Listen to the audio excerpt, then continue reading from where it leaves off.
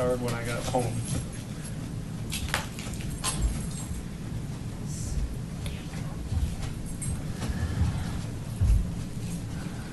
I wish I would have said I got to work on it. That would be more impressive. Okay, so we're going to call to order this meeting of PROSTAC, April 20th, 2016. Corbett is absent. Ron Summers should be late. Hopefully Darryl McCool is on her way. For those here for public comment, I realize you do have presentations, but if we can try to hold to as close to 5 minutes as possible, that would be appreciated. So whenever you're ready. Okay. Thank you. I'm here to talk about the Greenway Trails through Rocky Flats. My name is Ann Fennerty. I'm a chemist, and I got involved in the Rocky Flats issue because I chaired League of Women Voters study on the environmental laws, clean water, clean air, RCRA, and so on. So then I joined DOE's Department of Energy's advisory board, the CAB, Citizens Advisory Board, and followed the cleanup issue with Department of Energy. As I got on the board, I found out that there were things like spray fields, online solar evaporation ponds that where toxins were just dumped onto, huge online dumps. One of them, the original landfill, is 30 acres in size, 40 feet deep, 4 stories deep, enormous. And then there were 5,000 plus drums with radioactive materials that were exposed to the elements, started to leak, soil contamination. And then I found out about 2 huge plutonium fires in 1957-69, which sprayed the entire site. This is the Rocky Flats site with the finest sized plutonium. And at one point, DOE arranged that 2,600 pounds of plutonium were reported missing, unaccounted for. 2,600 pounds. This is called MUF in their lingo. After the FBI raid in 1989 for violation of the environmental crimes, Rocky Flats, the whole area, became a Superfund site, a designation for the most contaminated and most dangerous places. Presently, out of the this whole thing is 6,400 acres, and now 1,300 acres is still a Superfund site. DOE released the rest of the not as horribly contaminated sites and called it Rocky Flats Wildlife Refuge. The refuge, as you can see, completely surrounds the Superfund site. So the federally managed Greenway project, it's called FLAP, Federal Land Access Project, is to connect the arsenal through Rocky Flats to the Rocky Mountain National Park. The original idea of doing this was that they were going up Indiana on the side and across Boulder's 128, Highway 128. Suddenly, about 2 weeks ago or so, we were told that this has changed. DOE has donated $3 million to the Fish and Wildlife Agency, which manages the surrounding site of the Superfund, and decided that, and the decision was to build trails through the very contaminated site, starting here with an east entrance from Indiana, ending up at 128. The refuge is the DOE plans, according to an open meeting, is to leave the whole site and open it, and this is sort of the beginning of the whole sites being exposed to the public. I also have a map that shows the subsurface contamination that has been left during the cleanup of the site. The refuge is separated from the Superfund site with a wire fence which allows prairie dogs to bring contaminants to the site that go down 16 feet. The refuge is not clean. In other words, the surrounding area is not clean. It's radioactively polluted creeks, people will show you, flow through it, and the groundwater and soil is contaminated. the public, especially children, should not be exposed to hiking there, and hikers and bikers will bring plutonium back on their shoes. Rocky Flats is the site of many carcinogens. 1 microgram of plutonium is potentially lethal, and this is in our textbooks. My advanced inorganic chemistry textbook, which is a fairly old textbook, has already had that in it. So, considering there were pounds on there, this is not a good place to hike. There are other carcinogens, beryllium, asbestos, volatile organic compounds, and others. Periodically, our government declares a war on cancer. President Nixon declared one, and now President Obama is declaring a war on cancer. I would like to suggest that we declare a war on carcinogens. At Rocky Flats, the radioactivity in the soil that can be left varies from the soil depth, from the top of the soil down to 3 feet, 50 micrograms, 50 picocuries per gram of soil of radiation is remaining.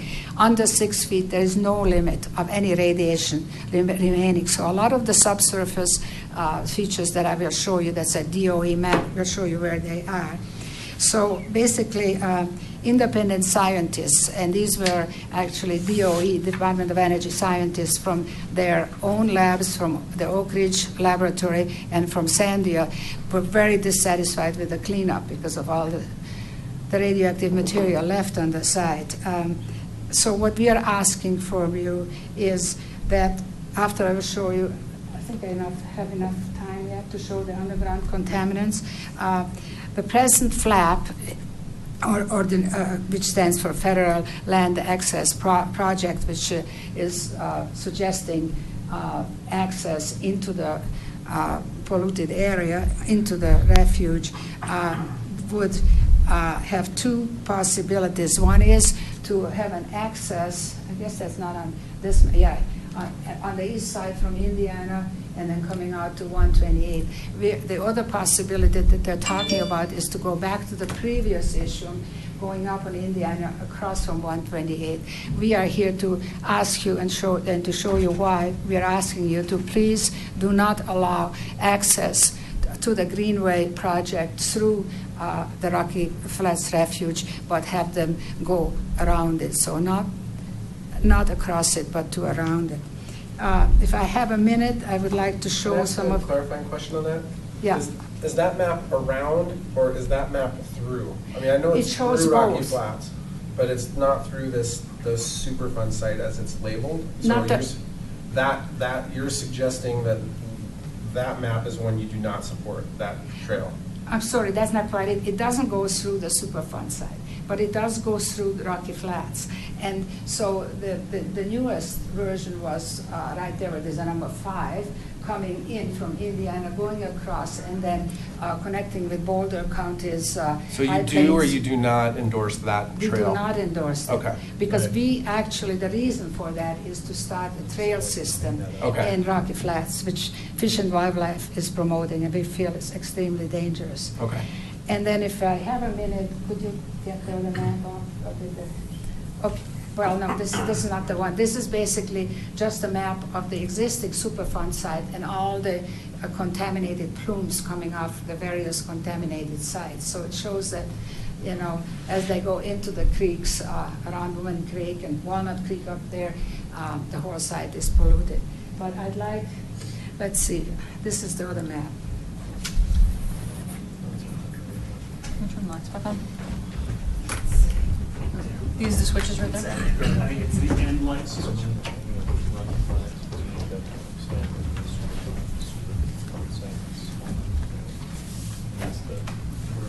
So basically, this is DOE's map of what they call underground contaminants remaining.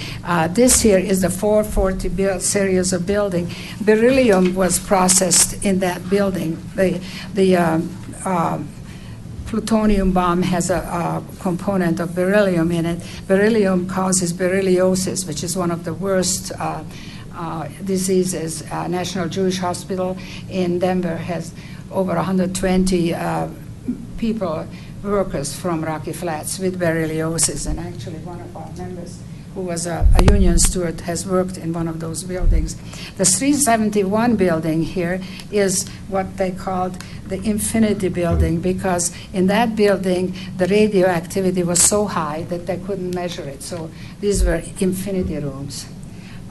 771, which is over here, had the previous enormous fires in 1957 and 1969. Plutonium is pyrophoric. It burns by itself and is exposed to air.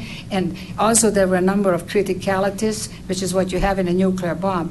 Criticalities are when you have an explosion that's out of control. So some of the components through this nuclear reaction have been found, like strontium-90 on the place. Then 881, which I think is this one, is a uranium processing place. And then this whole area here on the east side, which is basically very much around where the entry would be, is a place for dumps. Some of the, what's it called? Spray fields and the evaporation ponds were all in this area of the site. So thank you very much for listening to me. I've got handouts on this. If there are any questions, I would be glad to answer them. Okay. Any questions? If we go back just one slide to that first one there. I don't know who had to try to go back. This one? That one. Yeah. So the entire site is there, and it's been minimized down to the Superfund site. So really, there's still contamination in that entire area. Yeah, there has been no soil testing done since 2004, according to the Colorado Department of Health. And the thing is that Dr. Harvey Nichols will be talking about his experiment where he measured plutonium distribution along the whole site. This is just the worst part of it. And this is the place where all those remaining structures are. The underground structures go down as much as 3 stories or so, because a lot of the buildings, underground work was done there. Has there been any independent testing done on either the Rocky Flats site or area east of the site? If you mean the Superfund side? Well, I'm talking about just anywhere on the property, so whether it's what's now the refuge or the Superfund site. Since 2004, no testing has been done on the refuge. The Department of Energy is mandated to look for exceedances of plutonium, uranium, VOCs, and so in the creeks. There are 2 huge creeks that are around here, Woman Creek and then Walnut Creek up here that don't show up on this map. And they are surface water monitoring, groundwater monitoring done on that side. May I help with the answer? Yeah. Could you just go ahead and come up and do public comment and then introduce yourself? If you're going to speak, yes. Thank you. Thank you. Dr. Harvey Nichols, hi, I'll speak in a moment, but there has been a little bit of independent testing by a Dr. Kaltofen, who comes from the East Coast, and the Rocky Mountain Peace and Justice Center contracted with him, and he found off-site plutonium and other elements. In addition, of course, there's been quite a bit of DOE contract work, both on the site and off-site, but the independent access to the site is completely forbidden. Okay. And this is what, in fact, we'd like to have possibly to have happen, but that's the answer, I think. I guess what I'm curious about is the original proposal for where the trail would be off-site, like east of Indiana and crossing 128. Is there still even significant contamination on that property? Sorry, yeah, there is some contamination. It falls away. My studies show it falls away as you go eastwards. There is still some contamination along Indiana, but I found quite a falling away. And I've got a little story about the north side where that black cross is when I get to my turn. So the farther away one gets from this site, the better. Okay. Thank you.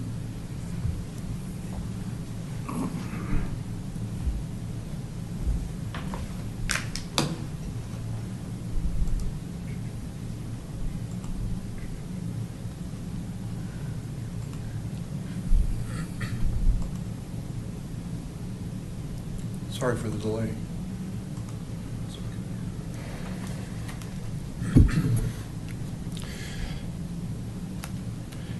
My name is John Lipsky, and I live in Longmont, Colorado.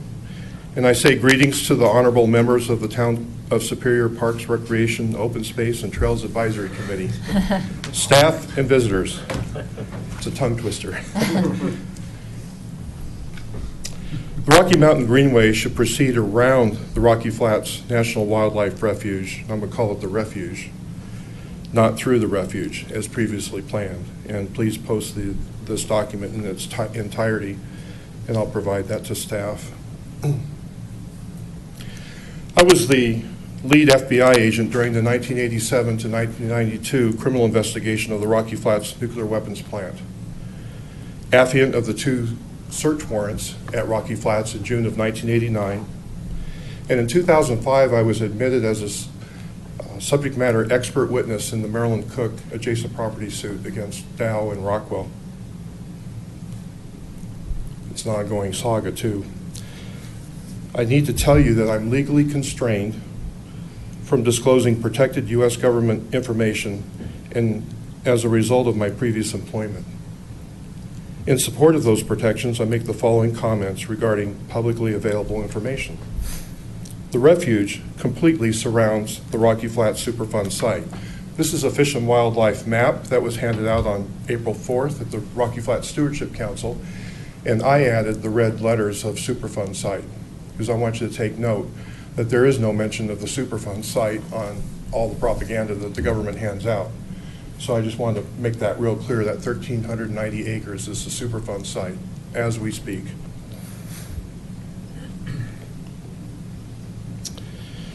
The Rocky Flats Superfund site includes burial of contaminated. It's okay. Thanks. Yeah, it's kind of hard. It'll make it easier for you to read. Includes buried in-place contaminated foundations, as Ann explained. There's pits, trenches, and landfills that are still in existence out at the site as we speak, and apparatus. With unabated contamination below 6 feet, there's no limit. So anything below 6 feet has no limit, like the top is 50 picocuries per gram. And then below 3 feet is 1,000 to 7,500 picocuries per gram. There is no limit. So they felt justified in burying the foundations, as Ann said, 4 feet or 4 stories below, as some of these places that are contaminated.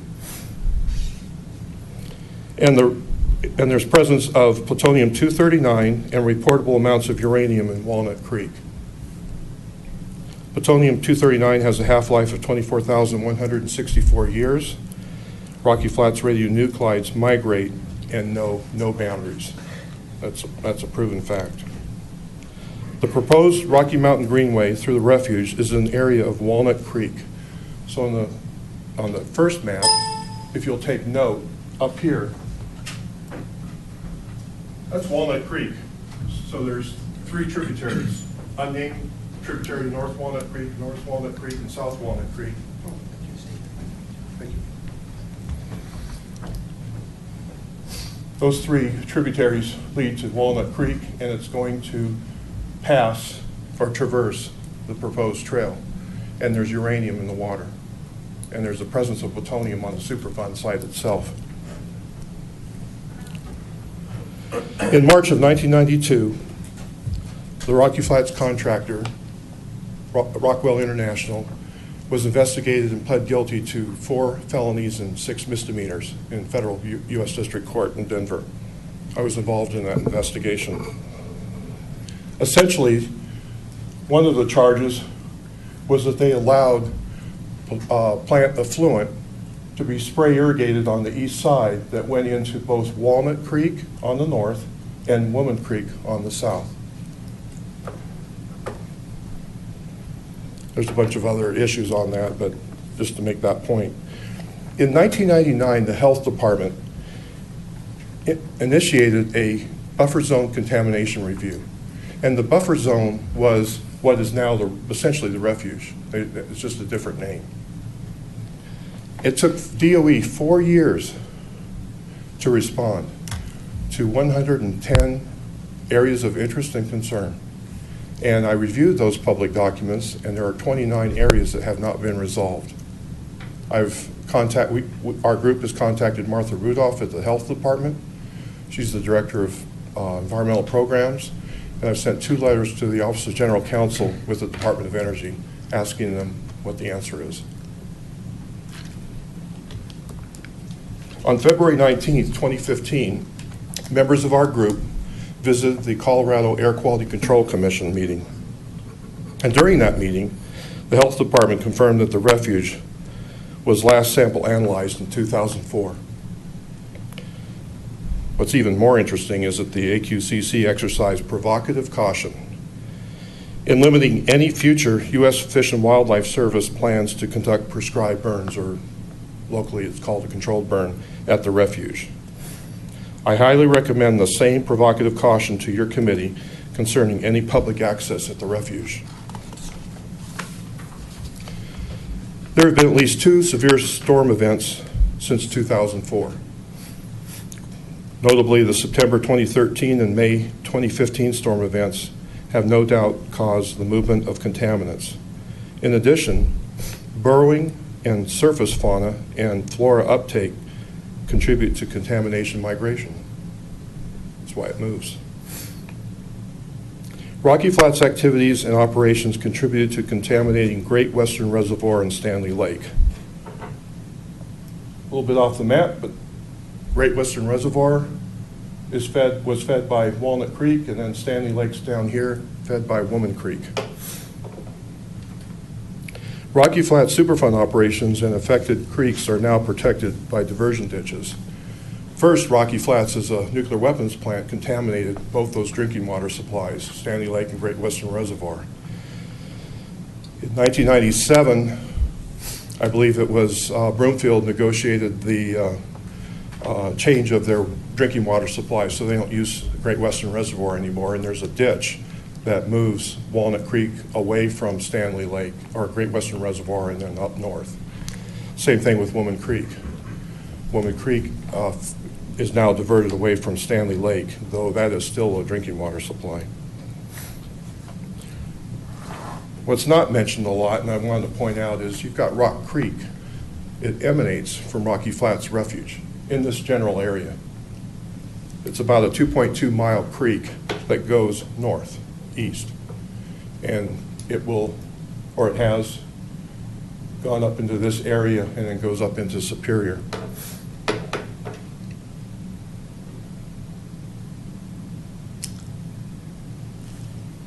You can barely see it, but I'll stay at the mic. But here's Rock Creek on this Fish and Wildlife Service map.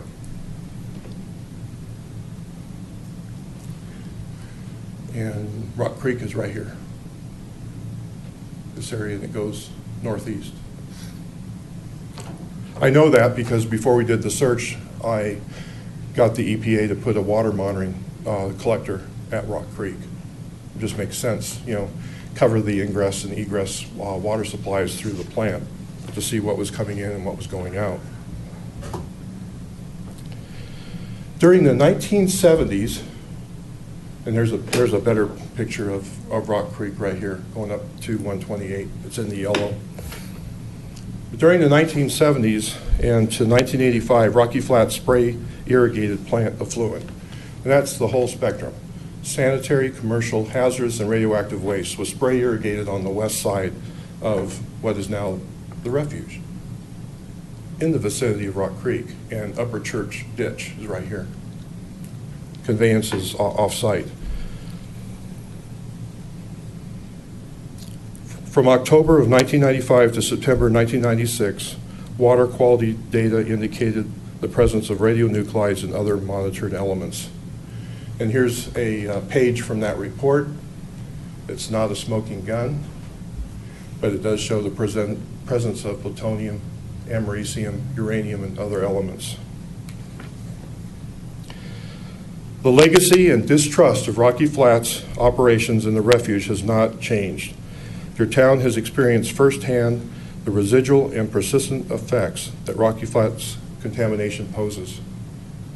Approval of any flap grant participation that includes a trail through the refuge and not around it is a tacit endorsement by your committee to your residents that the refuge is safe for recreation. And I stand before you that it's not safe for recreation. Please refuse to participate in the flap grant with trails or any other activity that will disturb the refuge. And I'd just like to close with the question about the independent verification. I don't think there was an independent verification of the sampling. DOE has controlled that predominantly. But I will make a comment that there is a technical approach to cleaning up a radiological Superfund site, and it's through the Oak Ridge Institute of Science and Education, and I'm going to call it MARSSIM, M-A-R-S-S-I-M, and I quite frankly can't remember what the acronym stands for. Multi-agency radioactive survey and site investigation, and it's a method for looking at radioactive sites that's approved by the Department of Defense, the Department of Energy, the Nuclear Regulatory Agency. Well, DOE, DOD, the Nuclear Regulatory Agency, and the EPA all subscribe to MARSSIM as a way to clean up a radiological site. DOE decided not to do that. They were faulted for not doing it. There's quite a bill of particulars and indictment of some of the problems, and the report is publicly available. And I just wanted to point that out, that they not only controlled it, but they didn't do everything that they said that they would do. Any questions? Thank you very much. Thank you. Thank you.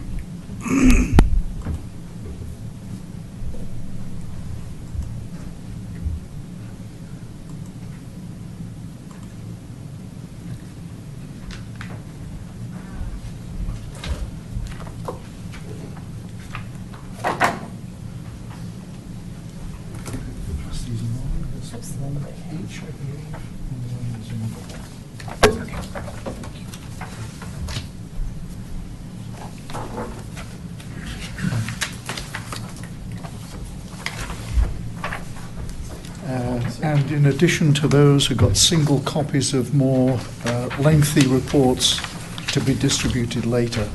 Thank you. So I'm Harvey Nichols. I'm Emeritus Professor of Biology, having taught and done research at CU for 40 years. Speaking as a citizen, before that I was in the Department of Meteorology at Madison, Wisconsin, and then before that my appointment was in Yale Biology Department. And I just say, because the nature of your committee, you're very outdoor people, I'll just mention that this is not my primary field. I'm a paleoecologist. I work in deep time, looking at the history of vegetation and climate, using fossil pollen, mostly in the Arctic, all over northern Canada and Siberia. So that's my real job.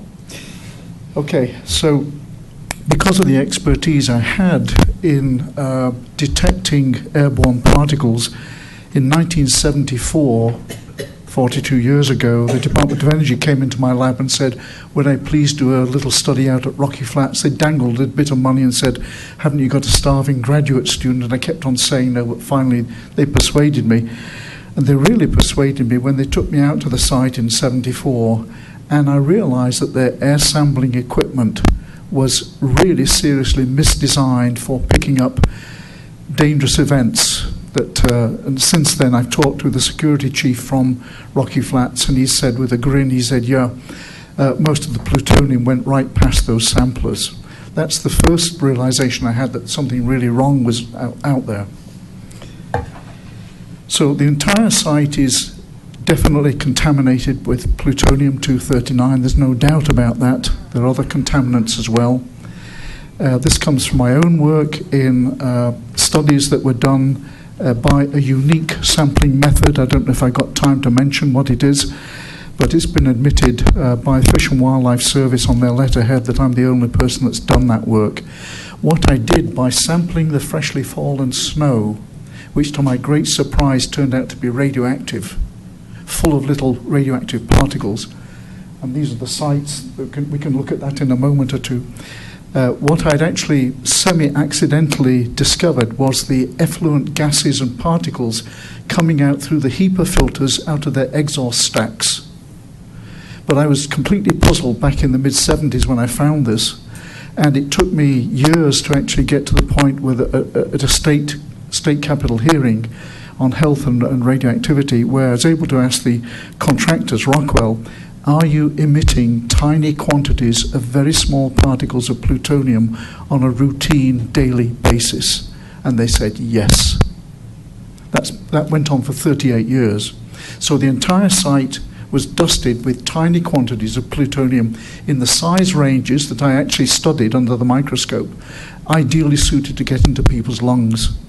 Now, there's additional contamination from oil drum spills from the two major fires of 57 and 69, but this is throughout the entire refuge, there's no doubt about it.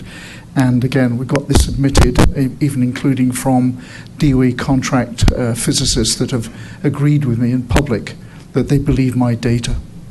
So, but the defense from the other side is, it's okay, it's very low levels, and we agree.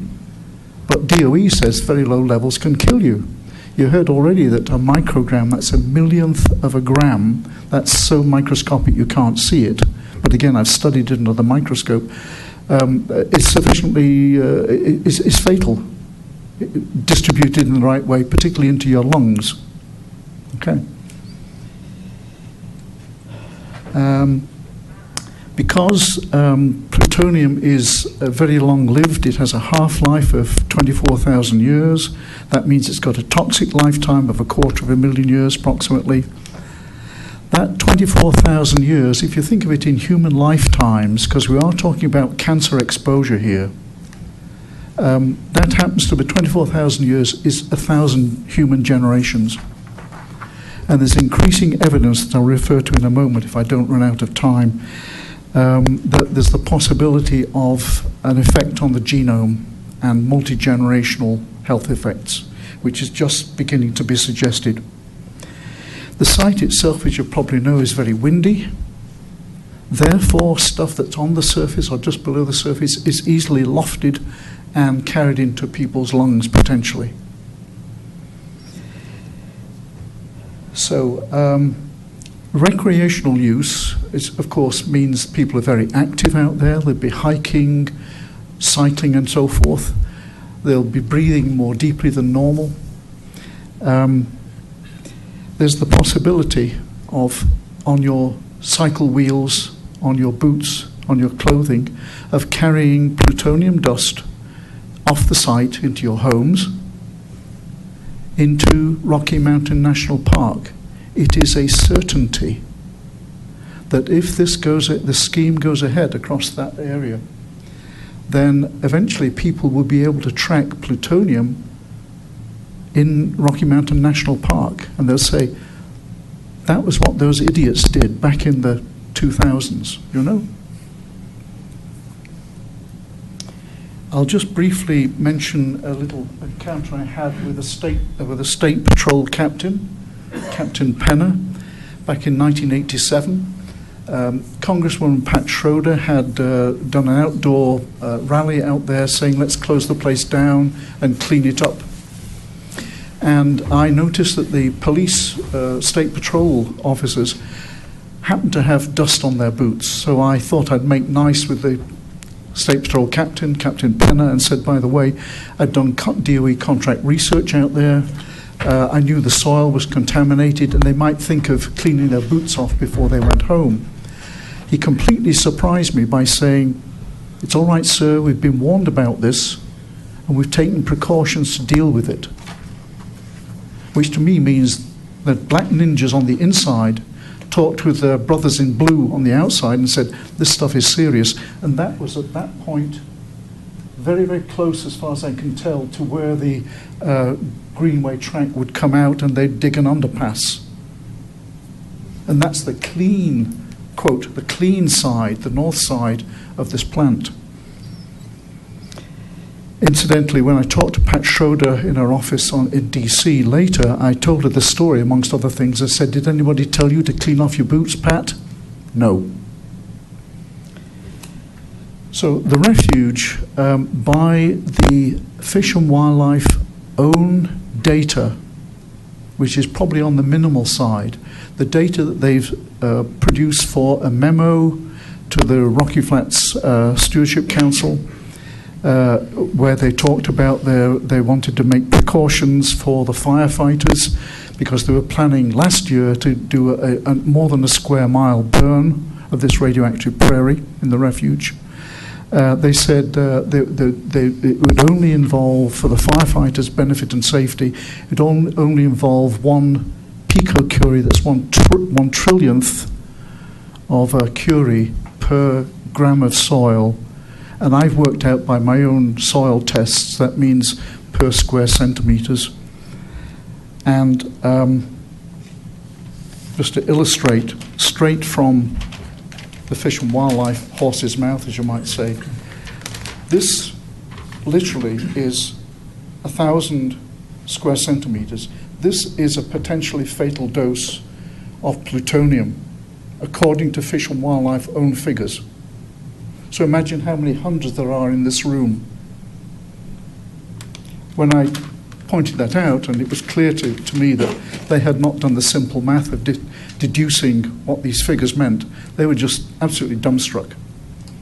So my calculation is, again, using their figures, and I got my own figures that are much higher, that in the roughly 8 square miles of the refuge, there's of the order of 200 million potentially fatal doses of plutonium. I'll try and speed this up. I have to say very bluntly that from 40 odd years of experience with the people out there, some of whom are okay, a lot of them are not. In many cases, they're minimally qualified. They're certainly not qualified to do what they're doing now, which is to say the site is safe. The basis on which they say that is a completely shoddy, just disgraceful set of nonsensical measurements. And so, in fact, next week you will have my surgeon who removed a cancerous tumour from me, Dr. Chase Griffiths, who's with Kaiser, will talk to you about his experience of dealing with former workers from Rocky Flats from whom he's taken many, many, many cancers, and he's completely convinced that plutonium is very dangerous indeed. Almost to the end now. There's a report from Truth Out, a magazine I don't normally see, but it was brought to my attention. Truth Out, it's a full copy in there, and in that report, David Lucas, who's the Fish and Wildlife manager, practically boasts about going around with a Geiger counter to make sure the site is completely okay. There's nothing but a bit of excess solar and a little bit of natural uranium. He is completely unqualified to use a Geiger counter, which is a very inappropriate instrument to test for plutonium. And I'm going to beg you in a moment to give me 1 minute over and above what I'm saying to just say that what a plutonium specialist will say about that. Again, in your materials there, I got a full-scale 15-page report from Nature magazine. Nature Journal is one of the 2 top science journals in the world, as you know, and it shows, as you know, that cancer research is in flux at the moment, and this report says what we used to think a year ago, that there would be only a 10% effect from environmental insults that would cause cancers. Now it's using the same data with extra special statistical methods. It's 70 to 90% is due to all forms of pollution, excess alcohol, cigarette smoking, including ionizing radiation that they mention. So this is a change, a sea change, that says what we believe to be safe standards currently may not be safe in 10, 20, 50 years' time. So let's be very cautious. The risk to reward ratios here are all unbalanced. And so extreme caution here, please. And now let me just for a moment just mention in 1 minute Dr. Michael Ketterer, former chairman, currently a professor of chemistry at Metro State. He's a specialist in plutonium in the environment. He's come into this area within the last couple of years specifically to interest himself in Rocky Flats. He has a report here. I've got it in your materials there. And I showed him something that had made my heart sink within the last couple of years or so. 38 soil analyses by the Department of Energy and Fish and Wildlife, particularly DOE, that showed, according to them, that it was just background radiation out there. But I saw one particular abnormality. I thought, there's something wrong there. I wonder what it is, but I felt really... Anyway, I showed this to Michael Ketter, and he said, oh, these analyses are not under proper statistical control. They're basically deceptive. So you've got that. Well, I can pass this around also, if I may. I put an arrow right where right down at the bottom, that abnormal number. And what Dr. Ketter asked me to say is that the site itself, including off-site, including down on Indiana, where there's a very, very major multi-million-dollar study by CSU, people that have worked for years under contract with DOE, that show, in fact, there are hundreds of soil analyses way above background, hundreds of times background. So when they say there's nothing but background out there, I don't know whether they know they're lying or whether they're just incompetent or whether they're promoting this scheme. And after all, let's remember, they are paid to promote this, and we're doing it for free. Thank you very much indeed for your patience. Thank you. Thank you.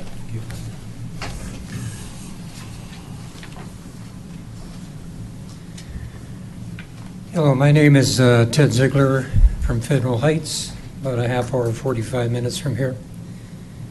And, excuse me, I had a unique opportunity to get involved on hands-on at the plant site in 1982, March of 82. I was hired in as a journeyman machinist. And immediately it placed into the Brilliant machine shop. Very toxic material to machine.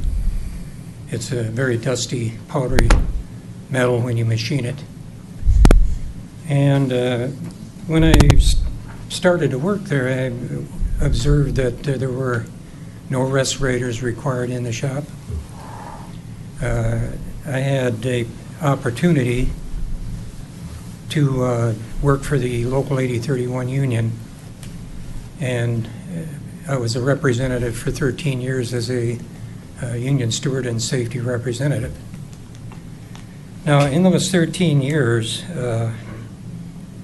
I had experienced most of what they call the cold end of the plant. I wasn't in the radiological end of the plant. Now, that's the most, your plutonium and radiological elements at the plant site are the most hazardous elements to mankind. The other elements have created asbestosis, borreliosis, cancers, and I machined also the uranium that was machined over in the 444 area, building 444. I'll provide a transcript, a full transcript of this after I finish here that you can copy or whatever. And I go back when I retired in 95, June of 95. I was still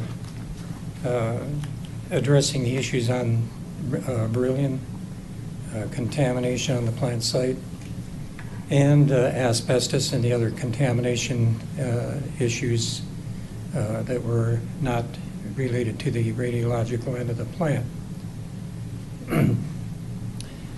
10 years from 1995, the planned demolition of all of the structures on the plant site were basically remove the top level, and in doing that, they of course used water at times to reduce the dust, but this water that was used to reduce the dust, it was washing also contaminants from those buildings into the soil. And it escalated what was already through 1952 throughout all the years, sprayed, buried, and leached out on those fields. It contributed to an excessive amount of further contamination of the plant. And I have in my transcript here a map which I gave a copy of that map to be copied for you folks of the buildings on the plant site.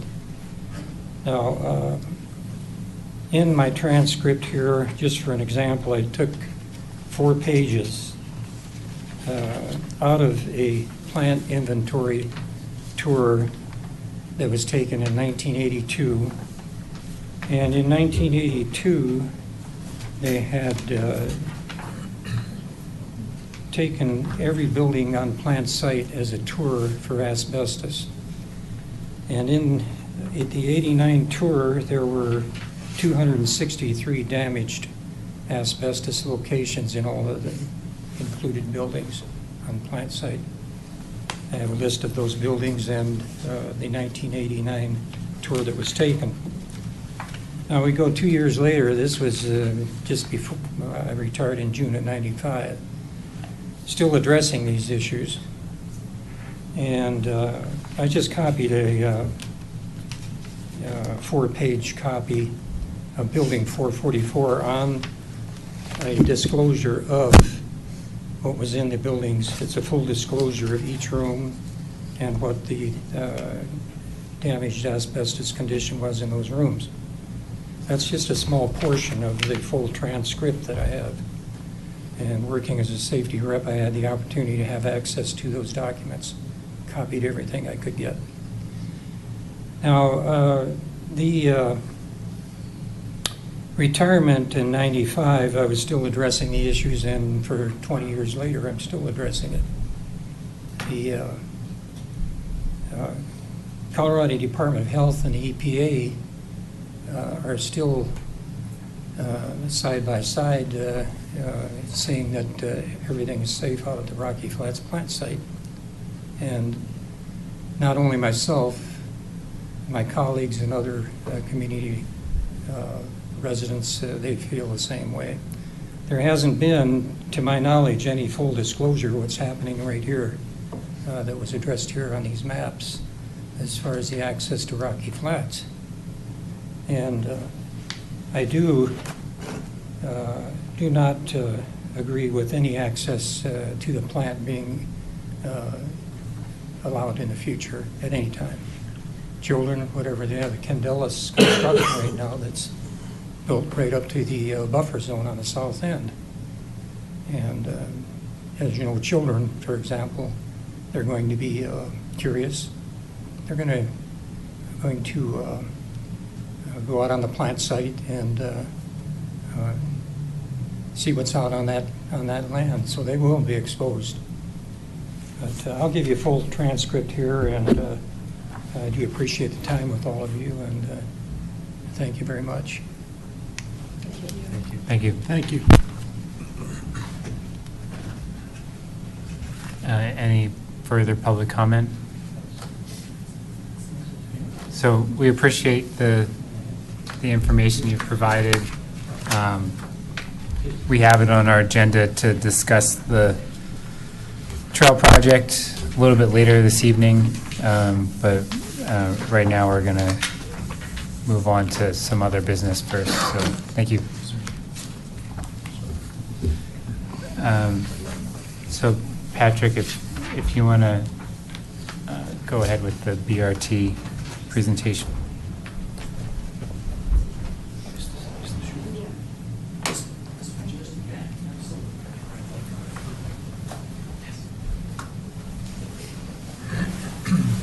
Just give me 1 second here.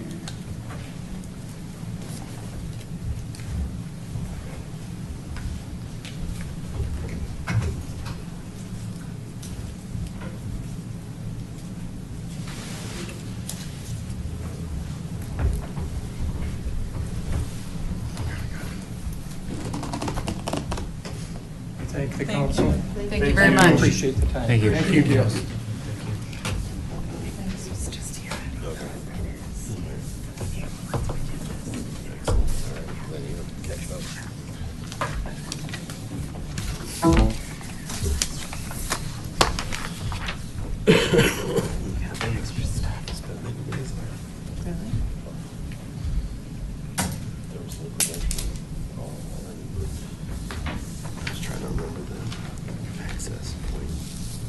So Patrick just has a short presentation on the status of the bus rapid transit trail connection along 36. I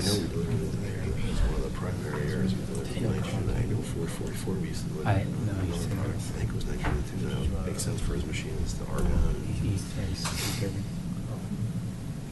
Yeah, you made the deliveries there. The driver. So, Patrick, it also sounded like they give us a lot of extra documents. I mean, those are just, you'll have those available to us.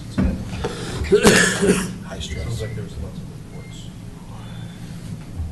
Yeah, and I could go through and maybe try to start to scan them, break them down into PDFs. I think some of them will be individual packets that you guys can take. If not, I could try to zero them down into just. They just seem to be throwing a lot of, and we give you that, and give you that. Yeah. So. Keep it up. Just a really quick update on the McCaslin BRT to Coal Creek Trail project. As most of you guys know, it's parts and pieces of this are already in, and the town's getting ready to go out to bid to build the remaining connection right here behind Superior Plaza, which is the liquor store, Brakes Plus, and Old Chicago down to connect to Coal Creek Trail. This is part of the Dr. Cog grant that was awarded to the town. We just wanted to bring the committees kind of up to speed as we're getting really close to this project finally becoming complete. Why, can I just interject really quick? I'm curious, like, why is Superior the only section that isn't done? I mean, are we going to talk a little bit more about this? I was just I'm really confounded by this. So which section? So this is separate. This is, you know, basically from the ice arena to Davidson Mesa. The only hole in the whole damn place is our town. Well, so that's different. not It's not the same bikeway. trail. Yeah. Okay. It's a So the bikeway, the US 36 It's on the other bikeway. side. Yeah. So this is a project that we're funding as a town, completely Okay. separate. Connected. Not even. In our side. But even the bikeway stops there, doesn't it? Doesn't No, it goes underneath 36. No, Yeah. it goes Under. The bikeway is completely open. Okay. Yeah, so this is actually separate. This was us wanting, the town wanting to have trail on our side of 36 Right. because we didn't have the trail, the full length of the 36 bike So trail. where it goes under is actually continuous. Yes. Right. I had no idea. Yeah, so the trail that we're talking about here is from Costco, all on our side. I retract Okay. my comment. I don't retract it, but I have clarification on Yeah. the comment. Thank you. Yeah, so, and a lot of this was contingent, so we went out to Dr. Cog, which is Denver Regional Councils of Government, and got a sizable grant, which is really what's making this possible. And because of that grant, we have to abide by the timeline of when those funds are available and when our match funds are available in our budget. Amen. There it is. So we're getting really close. A lot of this stuff you guys are already familiar with, but as we're saying, this is ultimately We're going doing a diverging diamond? Yeah. What? Maybe we'll throw another one in. So ultimately, we're looking to get from Davidson Mesa concrete trail, nice paved concrete trail from Davidson Mesa up behind Costco all the way to Coal Creek. Eventually, when the town center trails are kind of conceptually thrown out there, have some connection into town center. This will also link up nicely with the US 36 bikeway path, which is existing. So here's just a little bit. I don't know if we need to kill the lights or not. I know you guys are pretty familiar with it. It all looks better without the lights. But this is really kind of what we're talking about here is this stretch in blue. On the other side. Here's the underpass, and we're looking to kind of start working on this piece here. So it just gives you other options to access the Davidson Mesa underpass there. Yep. And again, I think from the town's perspective, it's nice if someone were to come from the Louisville side, they can hit the Davidson Mesa underpass and really kind of force people kind of back into the trail network here. It'll also give people access from future town center over to the bus rapid transit. So for those of you who remember, we used to call it the Star to Star Trail, when we just kind of were generally putting stars out on a map to indicate where we would go. So the connection tunnel underneath McCaslin, is that where the bus goes right now? The bus, so with the diverging diamond, the bus kind It of loops around. wraps here and then makes a Makes turn here and then starts to shoot down that center lane. And then you've got a But little. they've already installed that tunnel underneath. I Yep. remember seeing that. I just- Yeah, it's active. I- Yeah. It's just kind of a thin end of it. So again, and I know this will make Corey super happy because he's always reminding me to make sure that these trails are accounted for. Thank you. Underpass here, Coal Creek Underpass. This is the pedestrian overpass that's existing. This blue arrow here would kind of indicate generally where this trail would eventually lead to. Parcel number 2. And then, parcel 1. So this is ultimately, I think, what a lot of you guys are wanting to see incorporated on the master trails plan, and we'll work to get that Thank you. updated in there. So I say Corey, thank you. so Corey quits talking to me about it. I just have a question on this, not related to this trail, but this map shows Coal Creek Drive connecting into Rock Coal- Creek, but is that a certainty? No, Okay. nope. And as we've talked about, some of the hard parts about planning the trails in the town center is a lot of this is still really up in the air. Yeah. So, But at least including, having it on a page Yeah. where it's an understanding that there's a trail or should be a trail. yeah. So here's a little bit, actually, kind of to answer Corey, your Yeah. question here is, this is a picture of that existing area facing west towards Boulder, Okay. and then east, and then off in the distance here, you could see where the buses would go under. So our underpass, the existing underpass sits, probably, you slope up and then there's the wraps around, then a really kind of aggressive slope down under the underpass. So these are just, again, existing kind of site conditions. This is the trail that, we refer to this as the Southwest Quad. So this will have nice, consistent landscaping that we're also working on as part of this Dr. Cog Trail to really make it a nice entryway into town. And then, again, this upper trail here will Yeah. lead you down into the underpass. Look at you. You could have just walked it with your Just your walk. phone out there and give us a video. Video. Get on your bike. Yeah. All right, so now here's a little bit of where we're at in the existing conditions. So this is basically directly behind the liquor store.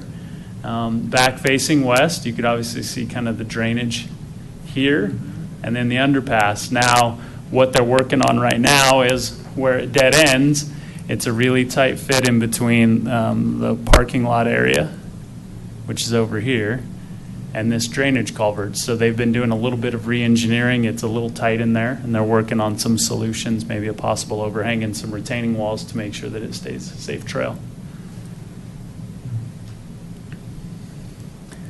Just a couple more pictures. You can see how tight it is in there. In theory, this is where that trail would be, so you can tell that there's some engineering work that these guys are working on, and I've got some drawings that can show that. This is getting a little bit further down now, if you kind of envision being maybe a little bit closer behind Old Chicago. It is pretty tight to the road. You can kind of see the cars in the background there. So we've been working with the guys in Public Works and the designer to maybe look at some plant screening just to soften it up a little bit, take away some of the noise, and make it, at least a comfortable walking experience. Not the best pictures, but just again, this is now completely behind the Old Chicago's. Again, a little bit further to the east.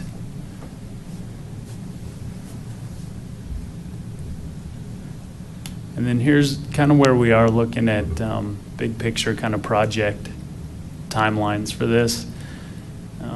put it out to bid May, try to award a construction contract, really get aggressive, kind of begin construction July, work through the fall to do the hardscape, and then this fall, prior to us, shutting off water, get some of the landscape components in there, let them kind of take root, and then look at a project closeout in January of next year.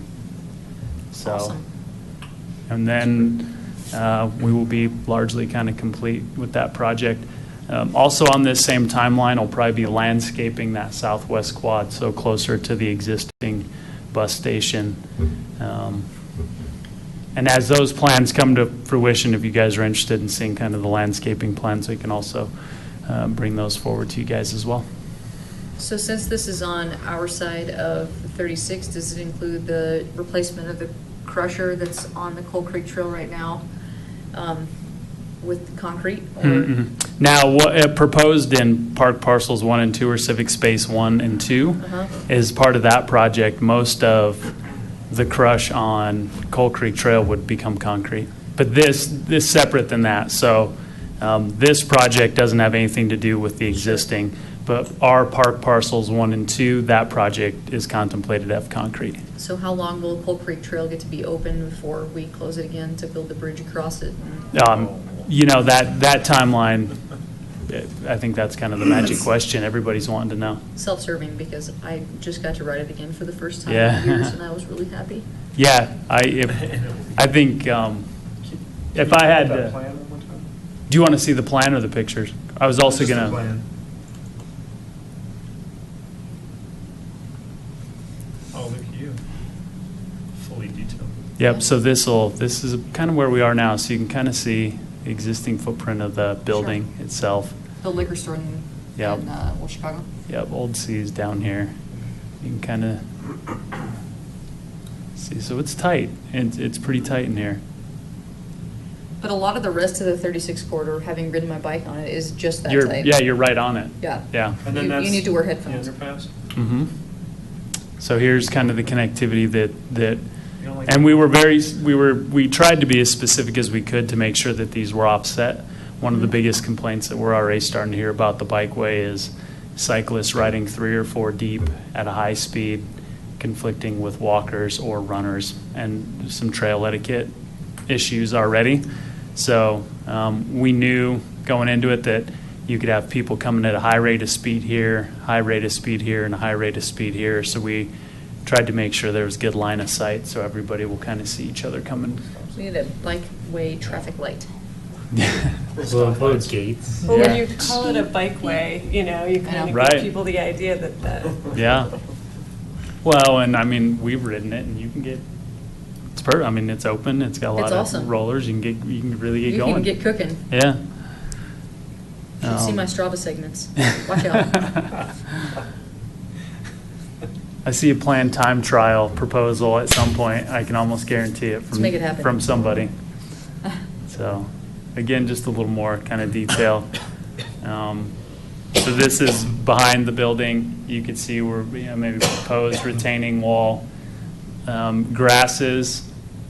Fairly packed, fairly sturdy ornamental grasses. Just kind of that visual barrier towards the drainage. Trees on the sloped hillsides.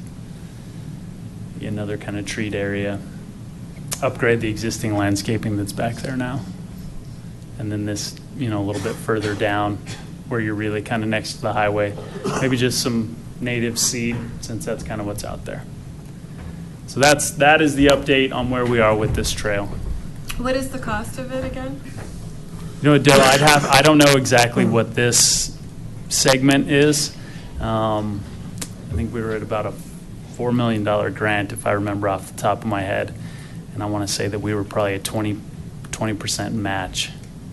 But I could follow up on the segments because I've got them somewhere. I didn't bring them broken down. And then when is the Davidson Mesa, Marshall Road one happening?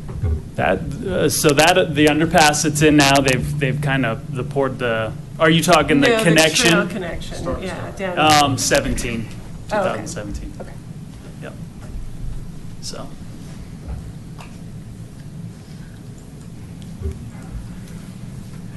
Any more questions? Good stuff. All right, so moving on to agenda item 4, the playground amenity recommendation for this year.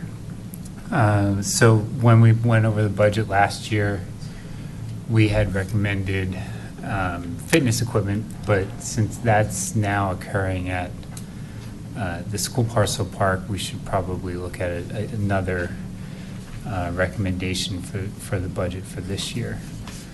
So a few members had submitted ideas between the last meeting and now.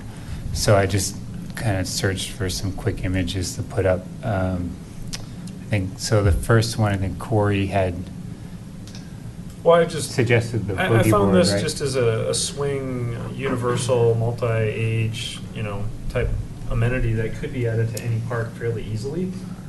I mean, you're like putting in one post, and if you can tie to another post that's existing, it's fairly simple and straightforward. Okay. And I think there's a lot of opportunities when you start looking through a web page that has this type of stuff. You can find like 10 or 15 different options that would be simple to add in. But I guess this is where it came down to me saying, is it something that we're trying to add one little piece, or are we trying to add it, Daryl's suggestions of, my kids love American Ninja, and, putting that in, it would be great, but it's like where and what park, all those kind of things that it's like, So yeah, so then I think the next one is like the ninja course. This is obviously, if you did the whole thing, I mean, that would be a park unto itself. But whether or not we could just take a couple elements of it. An interesting add to this is I actually had an opportunity to sit down with the Play 60 group, the NFL Play 60 group that helped design this. And there are standalone grants that allow you to do these kind of things. They're becoming very common next to existing turf fields. But this presentation was really cool. It went as far to, you can do simulated 40-yard dashes, you can do, and it's all interactive with an app to where you can take your obstacle course time against every other person. It's like Strava. Yeah, I mean, so it was really cool, but you're right. I think kind of the advent of American Ninja Warrior has brought a lot of this kind of outdoor natural play stuff back. It was a great presentation, and Play 60 has gotten behind it, obviously in the NFL, and they're working on, if you're in Colorado, you can get a Broncos one. If you're in New England, you can get This a would look Patriots better one. in orange. Yeah, so it was a really cool presentation. But you're saying adjacent to turf fields. I mean, would we have the space? Yeah, I mean, adjacent to Williams Field to do something you could like probably that? do something in that, kind of where the existing storage shed is now, but probably not. I just think that was kind of a common place to where they're starting to see them put. Okay. And almost using them as little supplements to football practice, or as siblings are waiting while football practice is going on, you can have this kind of obstacle course out there. Well, in the videos I saw, it was all ages. It was little kids to adults. I mean, it was. Yeah, well, I was going through the pictures that showed adults as well, yeah. And they were shown like this, obviously you'd probably have to really kind of monitor it, but you could do your 40-yard dash, and as soon as you put your foot on the pad and activate the button, the second that you lift your foot, it starts your 40 time, and then the second you cross that line, your 40 time would end. And then some of these had their own little scoreboards. It was really cool to kind of see it, and it was everybody. It was like parents against kids, and it was kind of fun to see it. Okay. And then I had suggested the embankment slide again. We had recommended this for the school parcel park, but the grade just wasn't there. So if you look at the updated school parcel map that Patrick had distributed in the update items, there's now we had an artificial like climbing rock in as I think another one of the suggestions, and they make a rock that has like a slide built into it so the kids can like climb the rock and slide down. So that's what's going to go in the school parcel, not the embankment slide. So kind of went back to the hillside at Pirate Park and was suggesting, something like this where you could have the embankment slide and scrambling boulders up the hill. I mean, if you're not familiar with the hillside at Pirate Park, would probably be about the length of slide on the right, I would say, something like that. And then I think, Daryl and I both, I think, suggested a treehouse, so this is just an example of, kind of a treehouse on steroids. So cool. And then I think is there another one or two? Oh, and then so another one Daryl had was the play trails, like natural playgrounds. I was having a hard time really coming up with a picture for this, but this was one from their site. My understanding of it, Daryl, was that it's just a suggestion of like natural playgrounds along trails. Is that what you were I don't remember getting at? Yeah, it was little, there was little add-on pieces along trails. Mm-hmm. Yeah. And it was like you could run along a trail and there'd just be a little piece or something, popped off. Yeah, that's what it looked like. And then Corey had suggested the official park signage, since the majority of our parks don't. It's only the newer ones really that do have the sign. In seeing that, I mean, it's a fairly simplistic sign, and I just happened to be at baseball and soccer, everything's starting up again, and there's a lot of people from Louisville that were coming over looking for playgrounds and going. I ran into somebody that was like, "Oh yeah, it took me forever to find out where I was going because there's no signs for any parks, and you can't find it on Google because half of our parks aren't named on Google." Well, because a lot of the parks don't actually have official names. I know it's a bigger topic, but I think it's something that we should probably address at some point. I mean, there's also out there the whole wayfinding signage project. So I don't know if this is something that could tie into that. But Patrick, do you remember offhand like what's the cost of one of those signs? The smaller ones are $2,000 installed. Okay. Yeah. Is that a smaller one? That's the smaller one. Yeah. Okay. And then Daryl had also, off of that same Playworks company, has suggested the mini ropes course. I couldn't find a picture of that on the web. Like when you click on the link, it didn't seem to go to what you were suggesting. So I'm not exactly sure what that was. Well, it's sort of, it's probably like the 80s, 70s version of like the Ninja Warrior, what ropes courses are. So just one of those like spider nets on the ground? Kind of, yeah, and there's different obstacles and different things that are challenges. Okay, and so then... Your thought would these all be in one park or try and Oh, you just spread wanted them everywhere? ideas. I mean, I was looking at park ideas. I mean, I think the Ninja course at a park. It would be super or like or your swing. I love the idea of that addition swing. It's just and you one had little piece, easy. Right, and you had examples of them using it in different ways too. It wasn't just the one kid. There were like 3 or 4 kids on it. But this one, I mean, I think this answers that age question, and it offers so much opportunity, and it feels like it has longevity. But I don't know where we put it.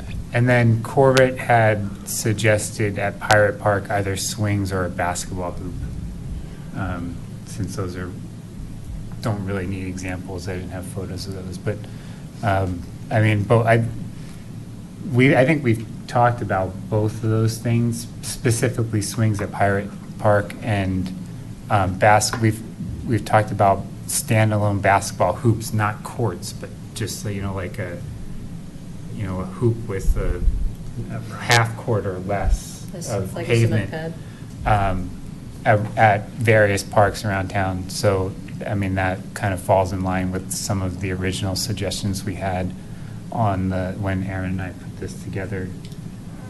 2 years ago now, I guess. Has it been that long? I think so. So going back to like the playground assessment, I mean, it seemed like I skimmed through it again, it seems like the main thing that was on all parks is mature trees or shade structures. And that's what we tried to achieve last year. And have you had any feedback on what's been installed? Any comment about it's good, it's, get more? No. The feedback from the dog park one has been really, really positive. I haven't heard about the other ones. So, is the table in yet? Since they were just doing the pad last week. I didn't see it when I read by there. I the other don't day. think the table is in the pad over at, we laid the pad the end of last week at the bike park, and then the structure itself, I want to say that we put the table in either the very end of last week or early this week, but I haven't been down there. Okay. So I mean, I guess going back to this, we just need to narrow down, you know, what and where we want to make a recommendation for this year. You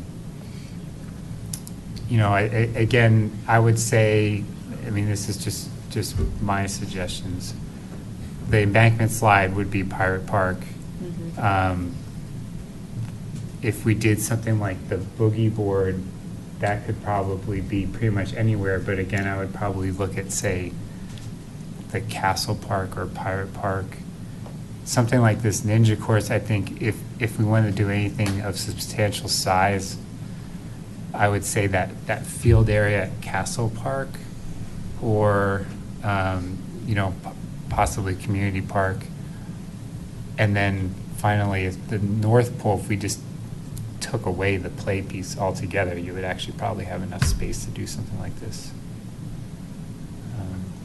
That's just my Did you not put thoughts. the challenge course at Purple Park? Yeah, there's a lot of grass. Could we find a spot? The only issue there, I would think, is Purple Park is used for a lot of events. And we wouldn't want to just plop this thing down and take up a huge area of grass that's currently, I mean, we would be taking away what's used for a lot of community events currently. Unless you did it on the east side. Could you do it on Yeah, the I east guess side my of the- comment of is, the I road think there? there's so little for adults to just kind of independently go, and teens to go do at Purple Park. There are things more at Community Park, so if we were to do something like this, my feeling would say, let's try and look at Purple Park, and if there is some place, we could do it there. Yeah, could we do it to the east of Pitkin? Is that possible? Like over by the volleyball court that's there? Well, that's where the pavilion is, right there. There you go. You would have to go further east than that, past the pond probably. Sure, but maybe like down here somewhere? Maybe down near Yeah, the pond or there. something? that's where we'd be looking, is down there. Because people don't really rent that space. There aren't usually events down there. No. So that could be interesting. And maybe give some people, besides people just walking, a reason to go into that part of the park. I never see anybody over there who's not just walking their dog. Occasionally see someone set up like their own volleyball net or Mhm. something, but otherwise, yeah, it's usually relatively little.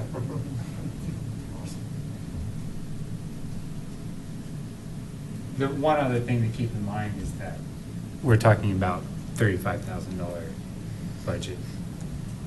So, I mean, My biggest thing is, you know, when you look at a lot of the parks around town, a lot of them have the kiddie structures. I think the tweens is what we've been trying to focus on with the Yeah. basketball courts and some of this type of thing. And, you know, Purple Park's been such an established park, and it's, you know, it's got established trees and, you know, shade. There's a lot of activities happen there. Community Park's got a lot of pieces to it. I think the El Dorado K-8 Park is gonna establish a little bit more on the south. And it's really just, what's the next need throughout the entire town? You know, because a lot of these parks have those kiddie structures, but it's like, where's that next level? And can we put it in appropriate areas? Like, you know, the little boogie board thing, I was thinking, well, that's an easy add-on to some of those little, you know, smaller structures, but where's the right park to put it in? I didn't name one because I don't really know, you know, if it's a $2,000 piece and I can put one in on one park on the north, one park on the south, you know, see how it established, you know, how it works. But if we made a ninja course like this, I mean, the boogie board sort of even fits in well with it.